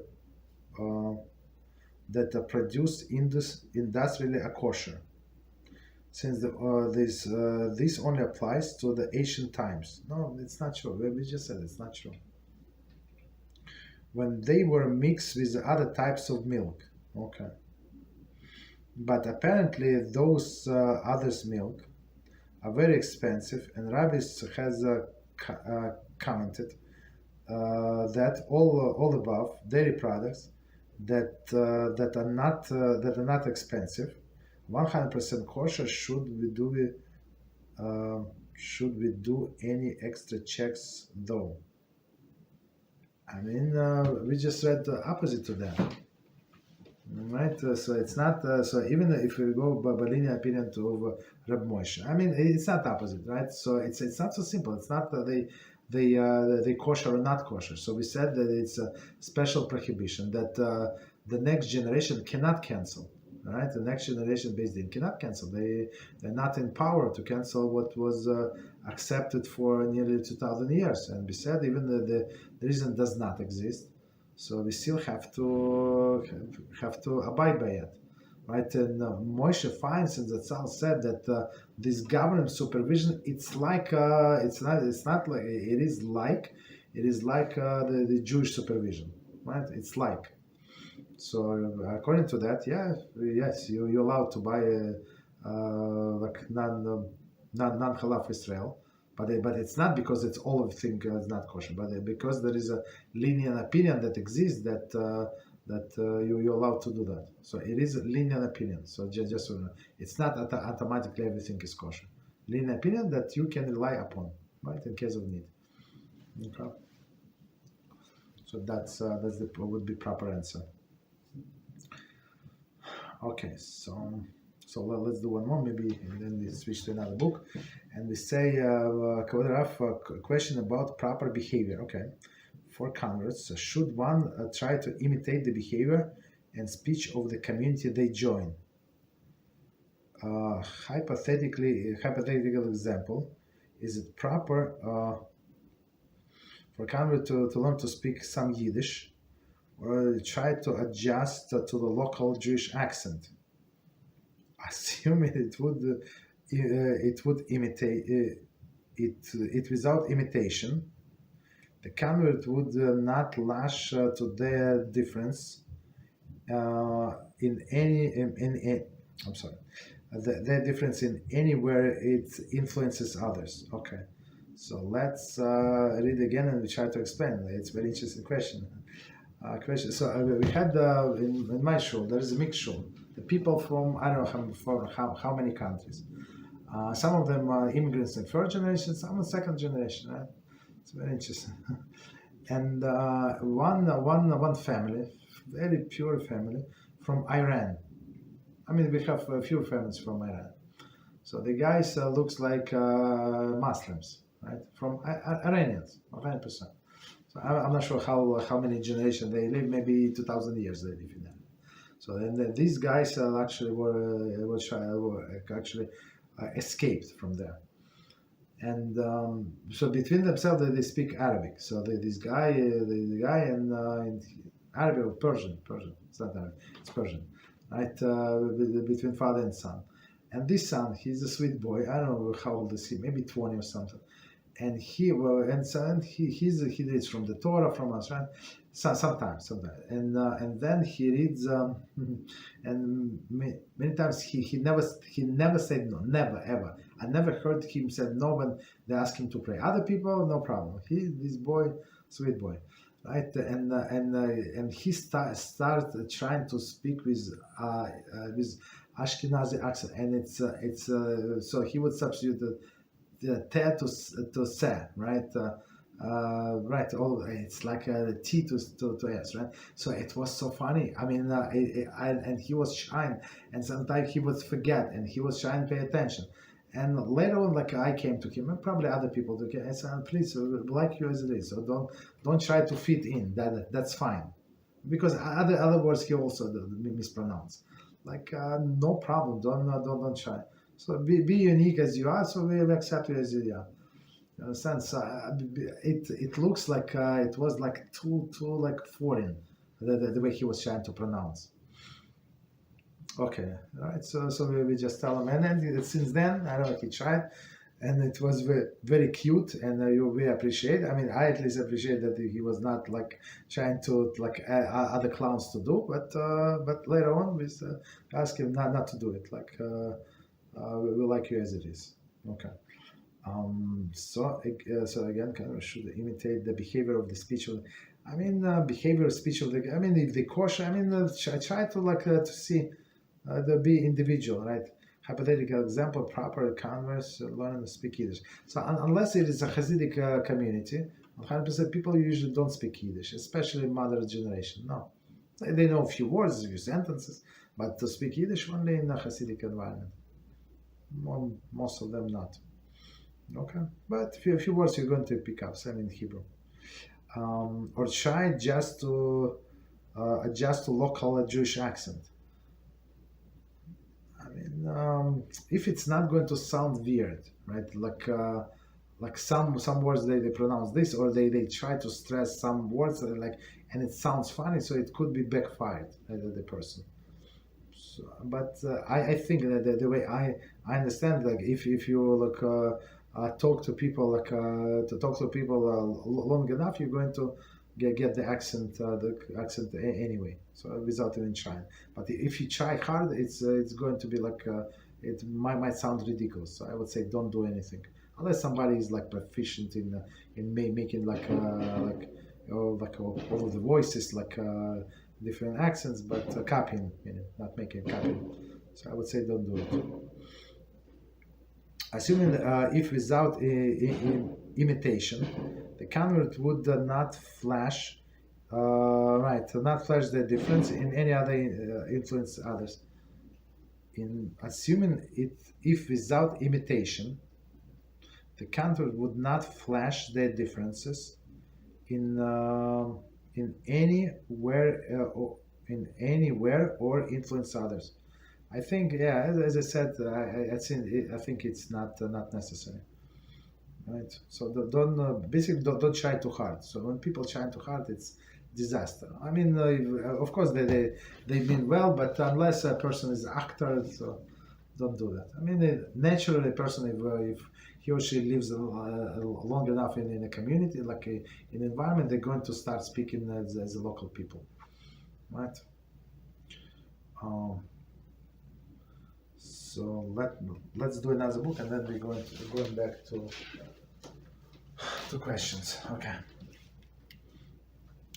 So we continue with Halachos Yichud, and we're on a section. So it's chapter 3, and our section is about this Pesach Pasuach.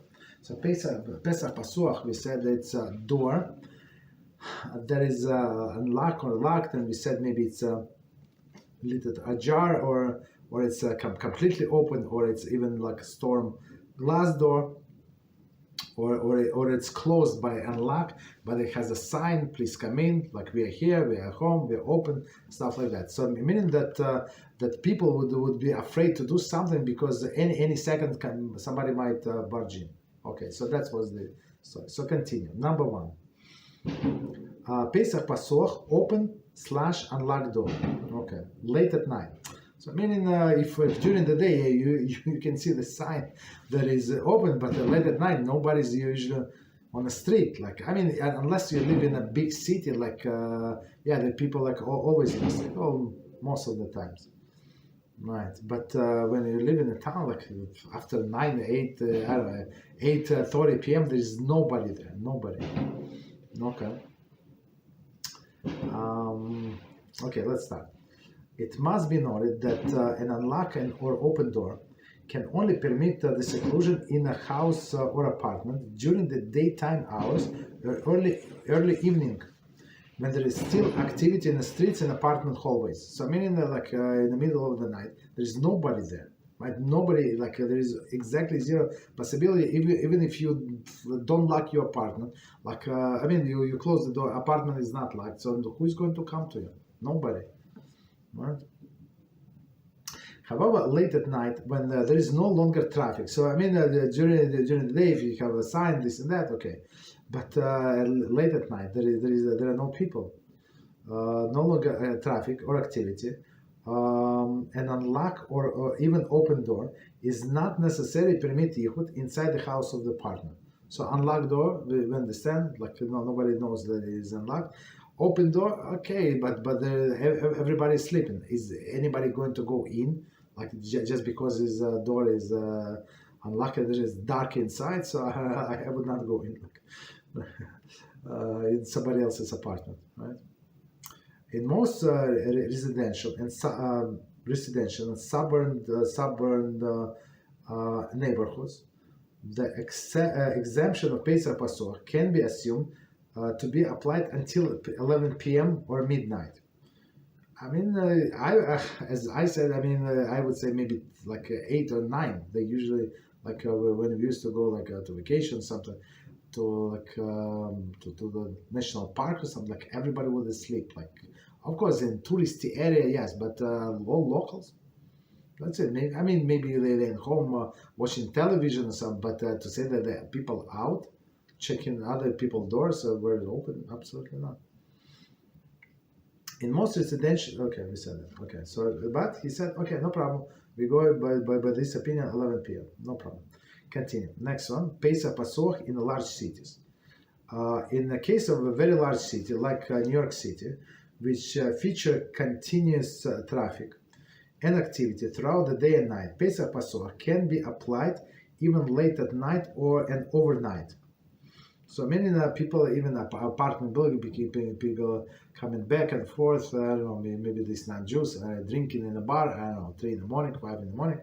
I don't know. So there is much more life there because all of bars are open, I guess. I don't know, restaurants. Many poskim, but it's only like as we said, it's where like New York City. New York City, I would say maybe Manhattan, not the boroughs. Okay. Many poskim classify the roads in a major city, including the most side street, as Reshus Harabim. Right, so Reshus Harabim is like public domain, meaning like even like a side streets, people come, people go. Like in my street, I live in a residential area. but it's a lot of parking, right? So we have only one driveway for the whole block. So we have free parking from the left and from the right, which is in our area. It's like, I don't know, it's mission impossible, right? So people constantly go. So even when I stay overnight, like the whole night, when I don't sleep, I learn, for example, like a few times a year. So you see, like I hear people come, park, out, in, out. I don't know. People come from work. I don't know, constantly. I mean, not every 5 minutes, but pretty often. Or people like cars passing by, constantly.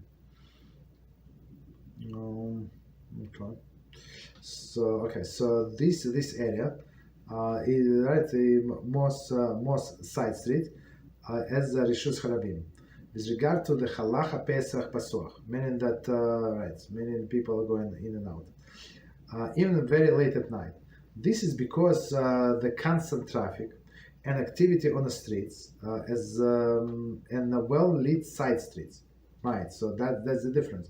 So in the city you have lights everywhere throughout the day, right? So meaning it's throughout the day, and the night removes any sense of privacy from the accessible site, including private apartment whose door is unlocked. So meaning, maybe people have a bigger chutzpah, like, or even if they have like a sign that we're open, please come in or something. I mean, I don't know, something. So like, but again, people don't like try somebody else's door handle. So it's a little strange to me, but technically yes, it is true that people are coming in and out. Okay. According to this view, Yichud is permitted even late at night. For example, when visiting the elderly relative or a neighbor. Okay. Inside the house apartment in a busy city, if the door in a hallway is in a street is open, or at least unclogged when necessary, one may rely on this lenient view. Okay, so I mean, it's in my mind it's very lenient view because chances are very slim. Okay, but since we have a lenient view, again, so we can rely on this. Okay.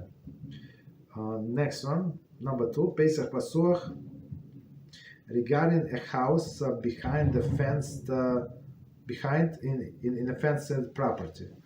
Right, so that's fencing property, meaning that in order, yeah, maybe your door is open or unlocked, but if you have fence and the fence is closed, right, so it's how the people are going to get there.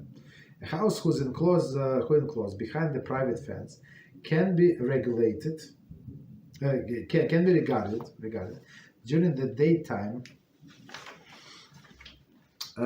Please see the first picture that I sent. And early evening hours as the Pesach Pasuach, as long as the house entrance and the gate of the fence is ajar. Okay, so it's figure number 1 that I sent yesterday.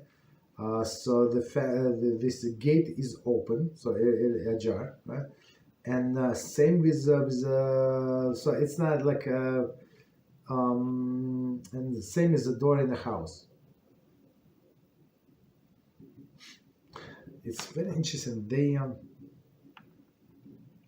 They draw a picture like a door opened like outside. Is it outside? Usually the doors open inside, like in a house. But I mean, just to understand. I mean, it's easy to see this way. Okay.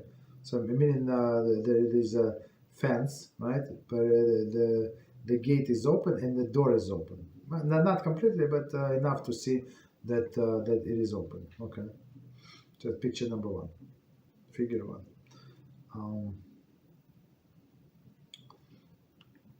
So let's read this again. So it says the whole sentence. A house enclosed behind the privacy fence can be regarded during the day and early evening hours, a Pesach Pasuach, right? So meaning open door, as long as the house entrance and the gate of the fence are ajar. So meaning it's not only unlocked, but you can see they're open, or at least unlocked. See below. Okay. This holds true even if the property is in front of the house, is fully enclosed in obscured from the public view. Okay, so figure 1. Okay, continue. This is not a Yichud, because anyone from the street could technically enter through the gate and into the house entrance. Okay, as explained, a person inside of the house do not feel the sense of privacy under these conditions. So maybe nobody is going to enter, but they feel not safe. The seclusion is not conducive to arise. The seclusion is not conducive to arise.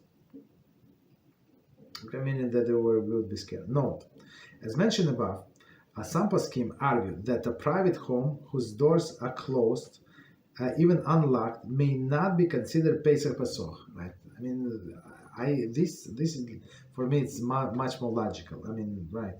So if it's closed, like one should therefore avoid this from Yichud, form of Yichud if possible. Right. So meaning, right. So this unlocked, I'm not sure. Like for me, it does not make sense. Unless it is some kind of office, like but private house. Even delivery, like postman, he's not going to go inside. The delivery, like you have package, they're not going to go into apartment. They may bring it next to your door. So even if it's open, they're not going to come in, right? No. Continue. In light of that view, in light of what is explained above, Yichud is permitted in this house. There is enclosed behind the privacy fence, as long as the house entrance and the gate and the fence ajar, right? Or at least unlocked. Okay, so I think we're going to stop here and continue with the next picture, next case, next time.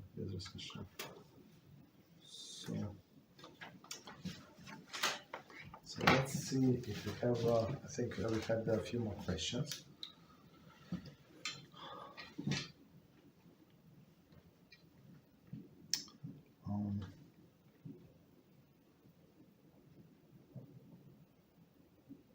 Okay, so next question. We have a question about rejoicing over the enemy's failing. Okay. Is it considered such as menace freedom, menace the menace, okay, which is an enemy of HaShem, and HaShem is Holy Torah, okay, which is makes our enemy, yet we shouldn't rejoice when he will fall. Okay, just when he will fall, or is the word enemy about a person not sympathy? Okay, so let's read again. So the basic question about rejoicing about enemy fallen. I mean, as we learned in the Chofetz Chaim, if it's our personal enemy, that's a problem. So that's a problem. So I mean, it's not the question that is asked, but I'm just trying to explain. So we learned just recently Chofetz Chaim, because HaShem said, look, why are you rejoicing? Well, what is the problem? So you think you're much better? So we're going to check how better you are right now, and the case is shifting on the person who is rejoicing. We don't need that. But if this guy is the enemy of HaShem and he's failing, so something happened to him, heart attack or something, right? Beezrat HaShem should be speedily nowadays, soon. Amen, right? Unless he does the show, but people like that usually do not do the show. So, right, so if when people like this fail, and it's open miracle that HaShem intervene in that, yes, so it's a Kiddush HaShem, actually, the glory of HaShem was shown in the world. So we should be happy. I mean, maybe not dance, but at least happy that HaShem showed His glory, right? That's proper. So to be sad about if he's going to die, it's not normal, right? So again, two different enemies. One is a personal enemy, not allowed to be happy, but enemy of HaShem allowed to be happy and must be happy when something like this happens. So that's the difference. Okay, so next question. There are questions about bitul Torah and marriage. For a man who are not fully time as scholars, okay, but strive to get close to HaShem and keep all possible mitzvot, okay, how much should they be concerned about bitul Torah? A family time or a time between the spouses is considered bitul Torah, okay. How much should a wife refrain from spending shtuyos time with her husband and push him to study Torah? That's an amazing question. So let's split it in a few parts. Okay. So first part, question about bitul Torah and marriage.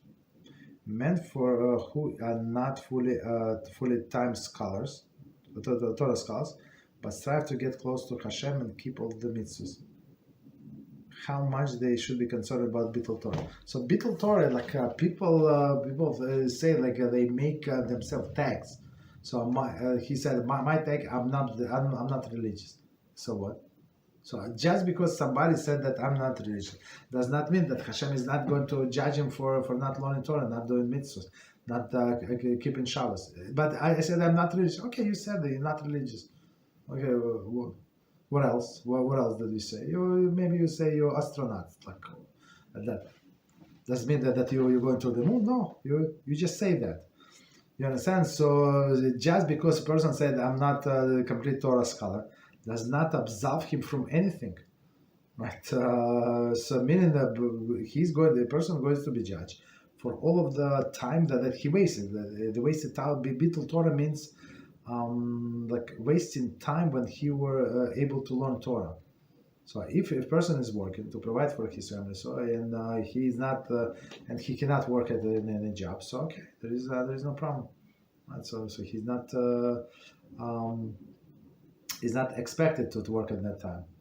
Actually, it's very interesting. One Chavrusa that I learned with, he sent me a picture, a few years ago, with a person that he used to know as a kid, and the person passed away, and he was in a subway booth, like to sell on all the tokens or like all the metal cards later on, like to go like pass to the subway. Right? It used to be tokens like metal, then they changed to plastic card. That doesn't matter. So he was responsible. But many times, like there were no people, like in rush hour, of course, there are people, they have problems, they want to buy, they want to sell, there is a problem with their card, but many times there is nothing to do. Like, I don't know, like 10 in the morning, okay. So from 7 to 8:30, there are a lot of people, but then 10 in the morning, 11 in the morning, 3 p.m., maybe not too many people. So this guy was learning Talmud, right? It's very interesting, and he completed a lot of things. A lot of masechtas, like of course, you're allowed to do that. You're allowed to do that. As soon as a customer comes, he stops and tend to customer. But when right, so but when there is nobody there, nobody expect him to clean the station or something. No, he's supposed to sit in the booth and do whatever he needs to do. It's very interesting, right? But if was he allowed for him to waste his time in this case? No, he was not allowed, because guess what? He's going to do something anyway with his time, and this company, whatever, the employer is not expecting him to do anything, to sit like this, in front of the glass window, and see how people go back and forth.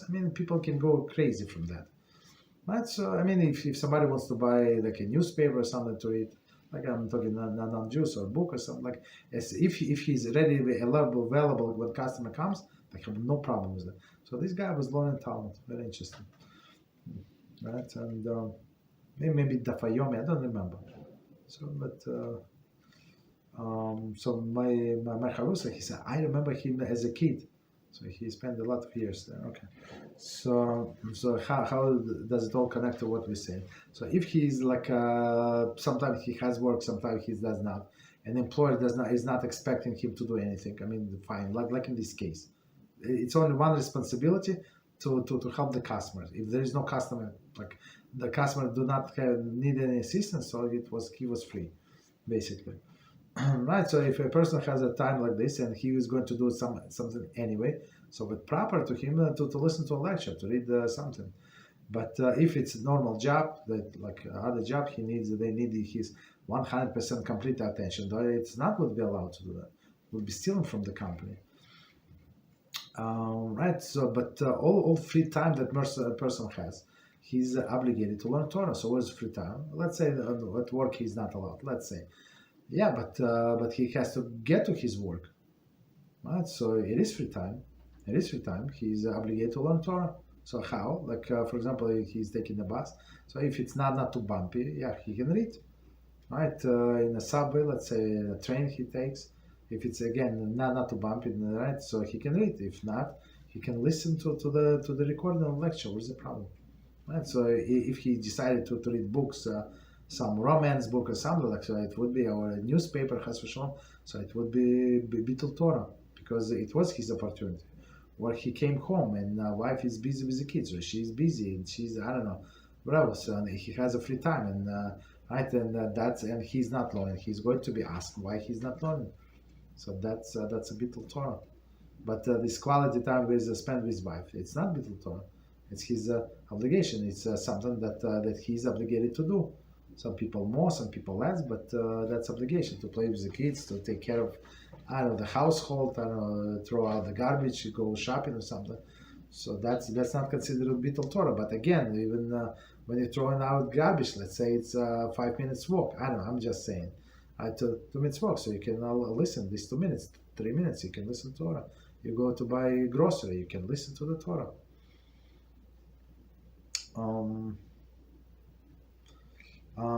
Second part of the question: if family time or time between the spouses considered bitul Torah? No, it's not. It's not considered. So like too much, like too much, it would be bitul Torah. She said, let's meet, let's invite this couple and they together, double date, like too much. Like, and they would sit and speak about like all this neighbors, Lashon Hora, about Lashon Hora. It's like, it's crazy. So, right, that would be a bitul Torah. But otherwise, the wife wants to tell him what happened during the day, this and that. She asks his opinion, how they think about this, that, like plan some things. It's not bitul Torah. That's called family. So in third part, how much should the wife refrain from spending shtuyos time with the husband? I mean, he has to there must be some connection between them. So as much as she needs, but not extra. If he's going to learn Torah, so let him go learn. If he's going to watch TV or something, so better he spend time with her, right? And I would say, I always say, it would be proper for them to learn together. So in this case, you actually spending time with your spouse, and at the same time you learn Torah. So you have to make up subjects about what to talk about people. Right? There is no need. Why? Because you have 1.5 million questions about Torah, things. As I always recommend. So. We almost to very close to the end with my wife, completing in Yaakov. Right? It took us. We learn only once a week. Maybe 5 years it took us. I mean, we're not done. Maybe 5, maybe more years. I don't know. Book is falling apart, and I'm very careful with books. Very, very careful with books. So if books by me falling apart means it's used a lot. Okay. So right. Maybe more than 5 years. I don't know, a long time. I mean, I can actually check when I bought it, in my emails, a long time ago. So that's quality time, and it's like a stories.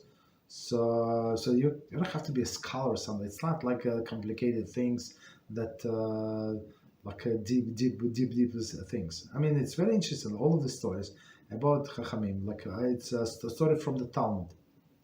Only story. There is no Halachos, only stories.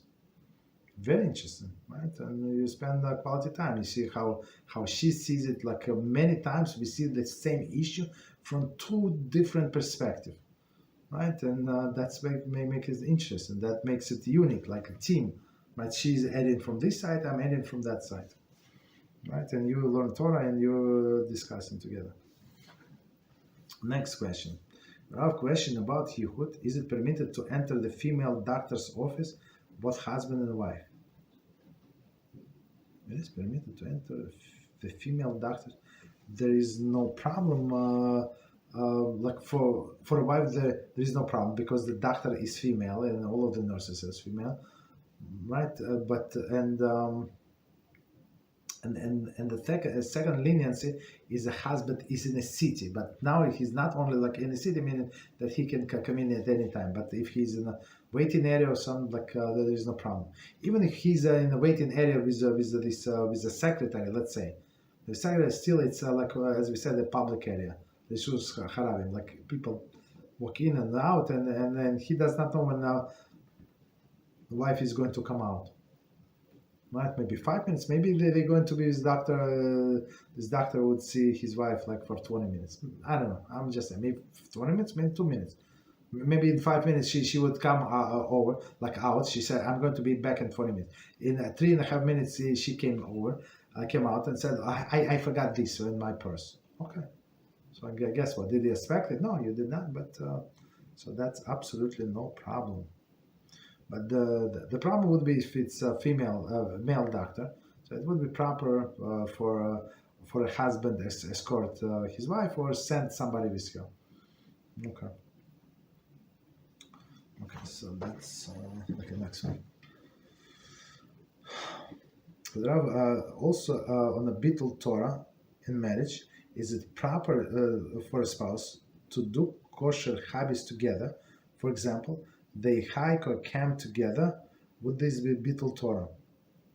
I mean, if it's for entertainment, like and it's not very often, like every second Sunday or every Sunday they go like on a trip somewhere. I don't know, like to mountains to hike. There is no problem. But again, hiking, like even hiking, you have to consider like who your husband or your husband going to see there. So the trail, it's not like a trail in a wild like forest, right? It is the trails usually. I mean that people who like other people like you also consider. So for example, if we would go to such a thing, I will never go in the summer, never ever. So we would go maybe in the winter, in the fall, like when it's cold, so everybody would be dressed. Like who needs that? To risk your eternity, because the trails are not very wide. So it's not like you can go this way, that way, but right, we have to consider other people that what husband, even wife, it's not proper for her to see all of this zonas on the trails. Okay, but otherwise, yeah, kosher hab, there is no problem, right? Together, okay. I mean, people need some time together. Okay, and while driving there, you can listen to a class. Who is stopping you? Okay. So with me, sometimes my wife does not want like listen to it. So I put in my headphones. That's it. So if she's start talking to me, I put in a pause. We speak, and then she looks in the window, for example, wherever she does. I start playing again. Okay.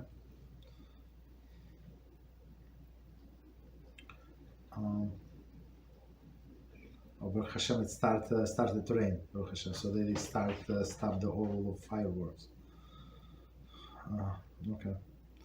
So next one, we have a question about modesty. Okay, if there is no problem with Yichud, is it proper for a man to have a female secretary?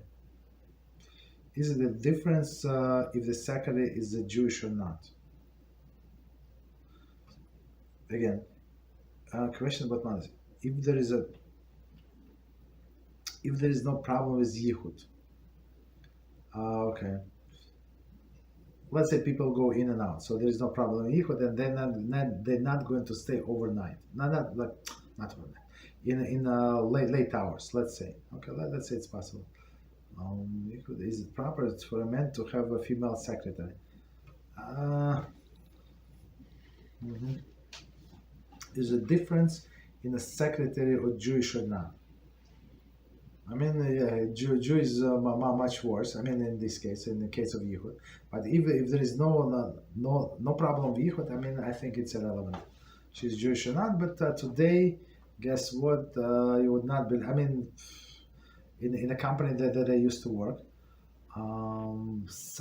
we have a secretary. I mean, somehow they could not find. I don't remember what was the story. So many times they would send somebody from agency. I mean, we had secretary, but only one. Meaning the lady had vacation days, personal days, sick days, whatever. So she many times I'm not sure why, but many times she was not there. Maybe she was I don't know. I don't want to say. I don't know. And many times they would somebody say from agency send a substitute. And guess what? Like many times there were a guy. Like I was, are you serious? Like until recently, it was only like a female job, like secretary. They call it. They never call it secretary. I don't know, like some fancy schmancy name. So and I saw a few guys, right? And like of course, to be a guy secretary, you have to be like very organized, like very on the point. Like you have to have this characteristics. Usually other guys, usually men don't have. Usually don't have, but some do. So people are different. So I mean, I think that it would be proper. But I hopefully he's not gay or something. That's out of the question. So, but if possible, maybe get male secretary for a guy. That's it. So it would be, or get somebody old lady or something that she would be very not attractive to. Okay. Okay. But as I said, like today things are changing. So many men in this industry. Many. What is the thing? Many. I saw 3 of them. So I'm not sure how many ladies there were. Like it's not like I go to the secretary. So I had different entrants. But sometimes when we get packages, like we need something from order from, like you go to secretary. But 3 it's a lot. I don't know how many percentage why, but I think it's a lot. Okay. So next one. There are questions about Halachos of shiurim. Okay. Does there exist any shiur on halachas of brochos and or laws of Kashrus that one only permitted to men and not for women? There's a question about halachas of shiurim. Okay. Does there exist any shiur of halachas of or brochos or laws of Kashrus that are only permitted for men, not for women? I don't think so. I mean, not in our class, So I mean, I would think like to say it completely prohibited. I don't know what subject. There is no such a subject that would be forbidden for women. Maybe not recommended, like some deep I don't know, like learning of the Talmud, or a deep understand, like a halachic discussion. I mean, for most women, I think they would find boring. I mean, me personally, I enjoy it very, very much. Sometimes I get confused, so we have to go back, and it's in a class when somebody else leads. So, I mean, he has a little headaches to keep in track, but I love this stuff. But most of men would find it boring, even though like it's top learning. So when you take halacha and we actually go by Rabbi Moshe and try to understand his response, for me it's mind blowing. I'm flying. But women, I'm not sure. Like it's not forbidden, but they would not find that attractive because, but forbidden, absolutely not. Okay. In our classes, everything is for men, both men and women. Okay. So next one, there are hypothetical. Okay. Hypothetical question about jealousy. Okay. If knowing the spouse has an non-kosher intention, is it proper for one to be jealous that that his or her spouse send emojis that could cause familiarity to the opposite gender. I mean, we can tell them not to do that. I mean, I think it's very proper. Right? I mean, I saw like one time I clicked something wrong, some wrong button. I don't know how is it possible. Possible. And I saw this emoji possible with all of the hearts, with all kisses. Like, whoa! Like that was too much. So if this guy sends something like that to some strange lady, that's very bad. That's absolutely forbidden. Right? It's like for flirtation or something. Okay. So one more time. Hypothetical question about jealousy. If known that the spouse has no non-kosher intention, so he's okay. I apologize. Maybe I misread first. Most likely. So he's good. He's good. Like, but he does not think properly. Right? Is it proper for one to be jealous that his or her spouse sends emoji that could cause familiarity in opposite gender? I think it is a cause, and if he does not have any proper attention, don't act like you do. So we have to tell him, you're a nice guy, but don't do that. It's not proper. Women can understand it in the wrong way, right? So she said, I would understand it in the wrong way. A guy from the street would send me something like that, or like my former classmate, or I don't know, somebody from work would send me like, it's right. So you use yourself as example. So you said, would you like if somebody from my job sent me like this? So, maybe it's not a good idea, right? So I said, I would not allow that, and I would appreciate that you also stop doing it, right?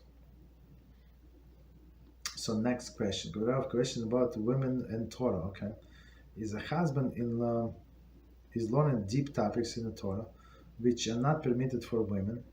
Is he allowed to discuss his learning with the wife? Thank you for that.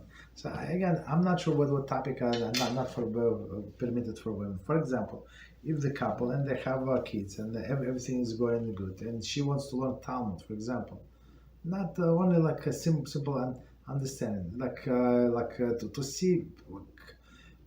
So the Talmud is of course, when we say it's only stories, but for example, one day a week, Motzei Shabbos, I learn with somebody in a group. We learn Pesachim, Talmud Pesachim, about purity and impurity, and go back and forth, and 7 opinion, and how this, and then Gemara asked this question and then refutes it. A good question,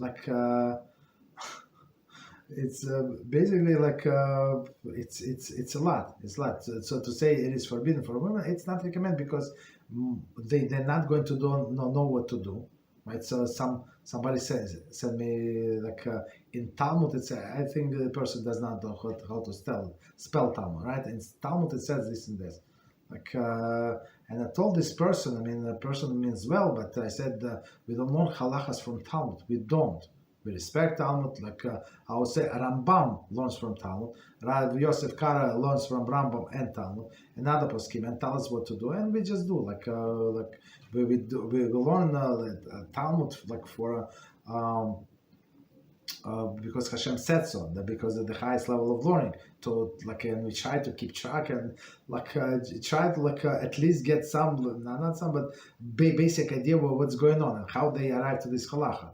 And all of not all, but at least some of the refutation. That's it. Okay, we're not such a big scholars, but to say it is forbidden for a woman, it's not just not of her interest, I would say. So, but that's what I say. These stories, like life story, stories one column, half a column of the page. I think it's but it would be much more beneficial, right? And if I would say if he can learn with her, without telling her over, I think it would be more beneficial.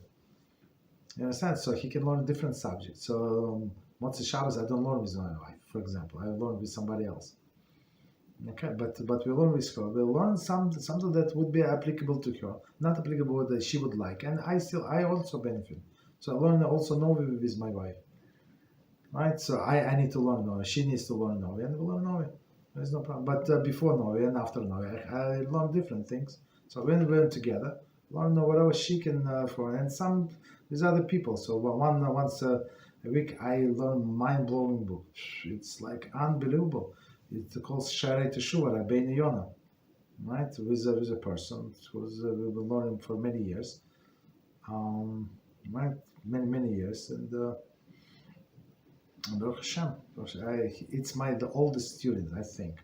No, I think he's the oldest one. Maybe not. I don't know. Maybe somebody's older.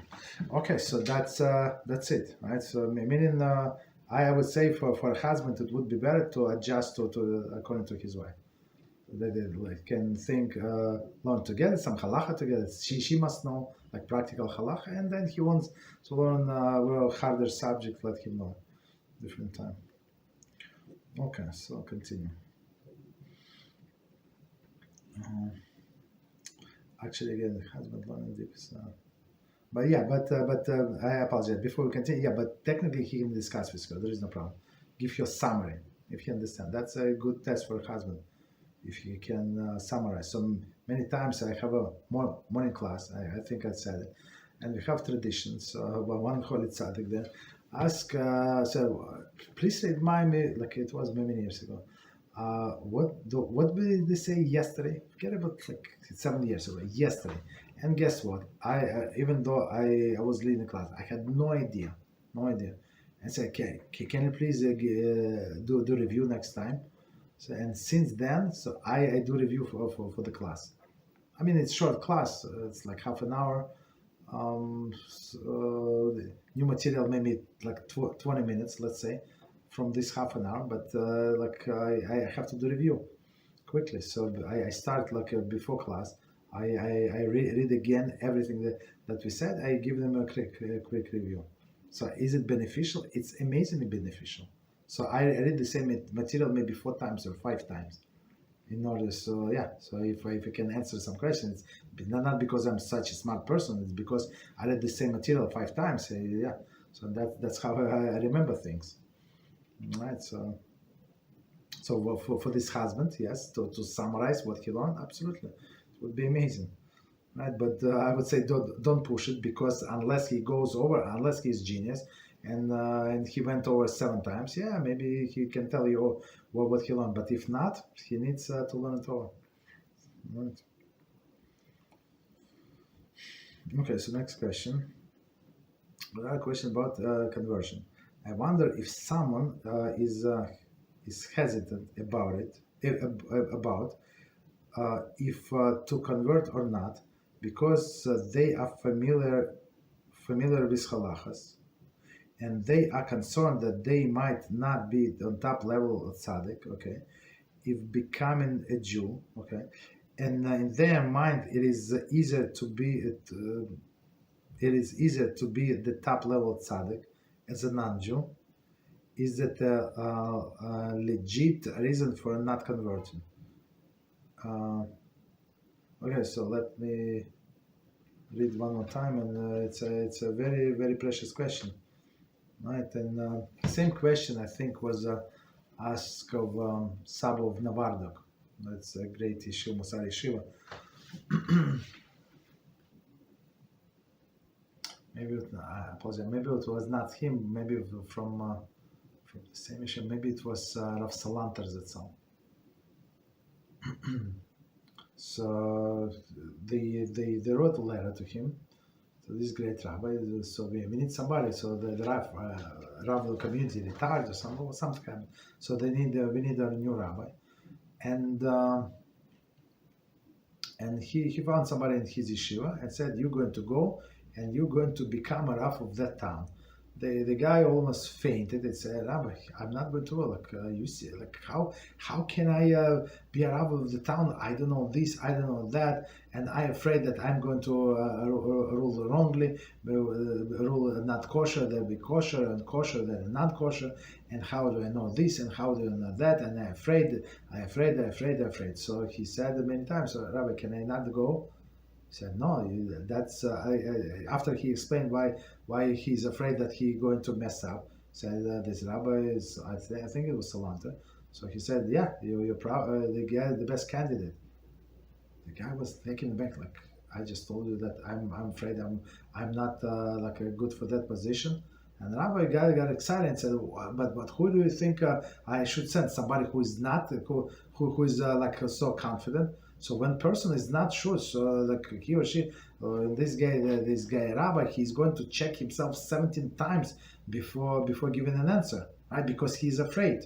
And people who is not afraid, who is they just shoot from the hip, they know, they don't know, so he answered just answers something, so he would not look smart. Who needs that? That's disaster. So people who are afraid is good. So meaning that they're going to double check. You understand? So that's from holy rabbis. Okay.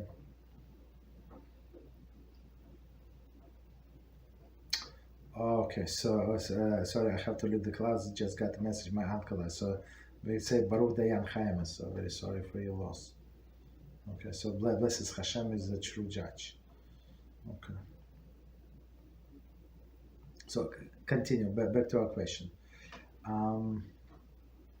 wonder if someone is hesitant about converting, not because they're familiar with Halachah. So I mean, when person is converted, not expect them to know all of the Halachas, but at least basics, and know the laws of the blessing, other things, how to keep Shabbos, and plus what I mean. Sometimes it looks like I repeated many times the same thing, but at least to create awareness, so it got stuck in a person's head, and at least they would remember that whatever this situation might be an issue. A person would say to themselves, I don't remember what Rabbi said, but I know that's not so easy. It's not so straightforward. So, and the person is going to go back and double check, right? And once a person in a real situation, that's how you learn. So when people, I remember people will give me the documentation to read in my job. Okay, so I might read, but let me start doing it. And when we start doing, you trial and error. So of course you read the documentation a little, but when you start doing, that's when you get good, getting better. But if you don't practice really, so you're never going to learn. Okay, so all right. Okay, so and they are concerned that might not be a top level tzaddik, become a Jew. So I mean, nobody expect HaShem expect that we be top level ourselves, not the top level tzaddik.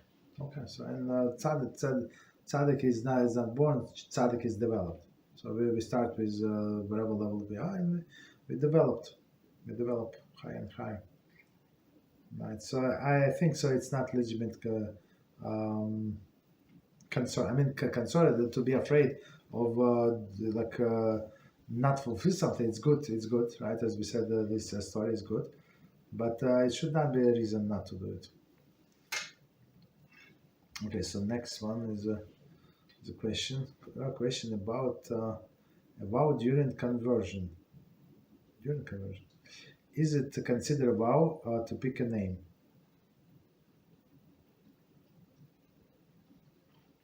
What happens if this person chooses not the name because of the holiness of the tzaddik that aspiring to convert choosing his name? Okay. Should he annul the previous chosen name with the Beis Din? Okay, let me read it again. One second. Sorry. Question about vow during the conversion. So I mean, it's just because somebody decided something, it's not a vow. So when we learn about vows yesterday, day before yesterday, right? I just wanted to remind quickly to summarize. So we said there that if person won't accept some stringency upon themselves, because to build all the fences, because person think that it's going to be good for them and would stop them from some of it, right? So that was the thing. But if a person thought about the name, it's not a vow; it's just a thought, right? So and it was no action involved, actually. Okay. Please consider a vow to pick a name. So it's not a vow. Continue. What happens if it's a person chooses another name because of the holiness of the tzaddik that the inspired convert is choosing his name? Okay, so meaning that, okay, if I understand a question correctly, I might be wrong, but meaning that the person had in his mind one name, and then because somebody advised them, they know them better, like I don't know, like see the person like from different perspective, so and they advise the person to take different name. If I understand, should they annul the previous chosen name? Is it basic? No, but there is no need. Nothing was done. It was not actually practical at that time. So before the conversion, whatever a person thinks, it's just a thought, right? It's not practical, right? Okay, so it's just dreams, right? Okay, so but after if a person converted and then he or she wants to change the name, to change the name completely, I mean, we usually don't do it. When the name was given, we usually don't do it unless there is a Chas v'Shalom disaster in person's life and like everything goes bad, but otherwise we don't. Okay, so next question. Our question about modesty. Is it modest for a woman to play musical instruments if there is a chance that the music could be heard by a man? There is no problem with playing a musical instrument. So the only thing that is immodest is a woman's voice, right? So if she's playing piano, let's say, so nobody knows like who is playing piano, a man or a woman, and maybe it's even a recording, right? So the people like if they don't hear like they would not associate like the player with a melody or something, right? So for example, we have on our neighbor on the left, they have a piano, and sometimes the older Dora plays piano. So in this case, yeah, we know that it's live and she's playing. But otherwise, if it's on the right, there is no piano there. So if somebody would play, I don't know. So there's no problem basically. There's no problem. All right. So I think somebody's typing and. I think we answered all of the questions. HaShem. So just give me 1 second.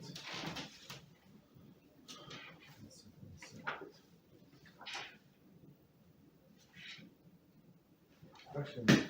I think so. If no question, let's stop here. Yes, so I do it a little shorter class. So we have a little rest for tomorrow. HaShem. So thank you very much for learning with us. HaShem, we have a very successful week. We covered a lot. HaShem, we're getting close to the end in one of the books. So we're going to choose another book, Beezrat HaShem. And otherwise, we covered a lot of materials. HaShem, right? So wish everybody good Shabbos, restful Shabbos, and we should continue even stronger next week. Beezrat HaShem. Thank you and good night.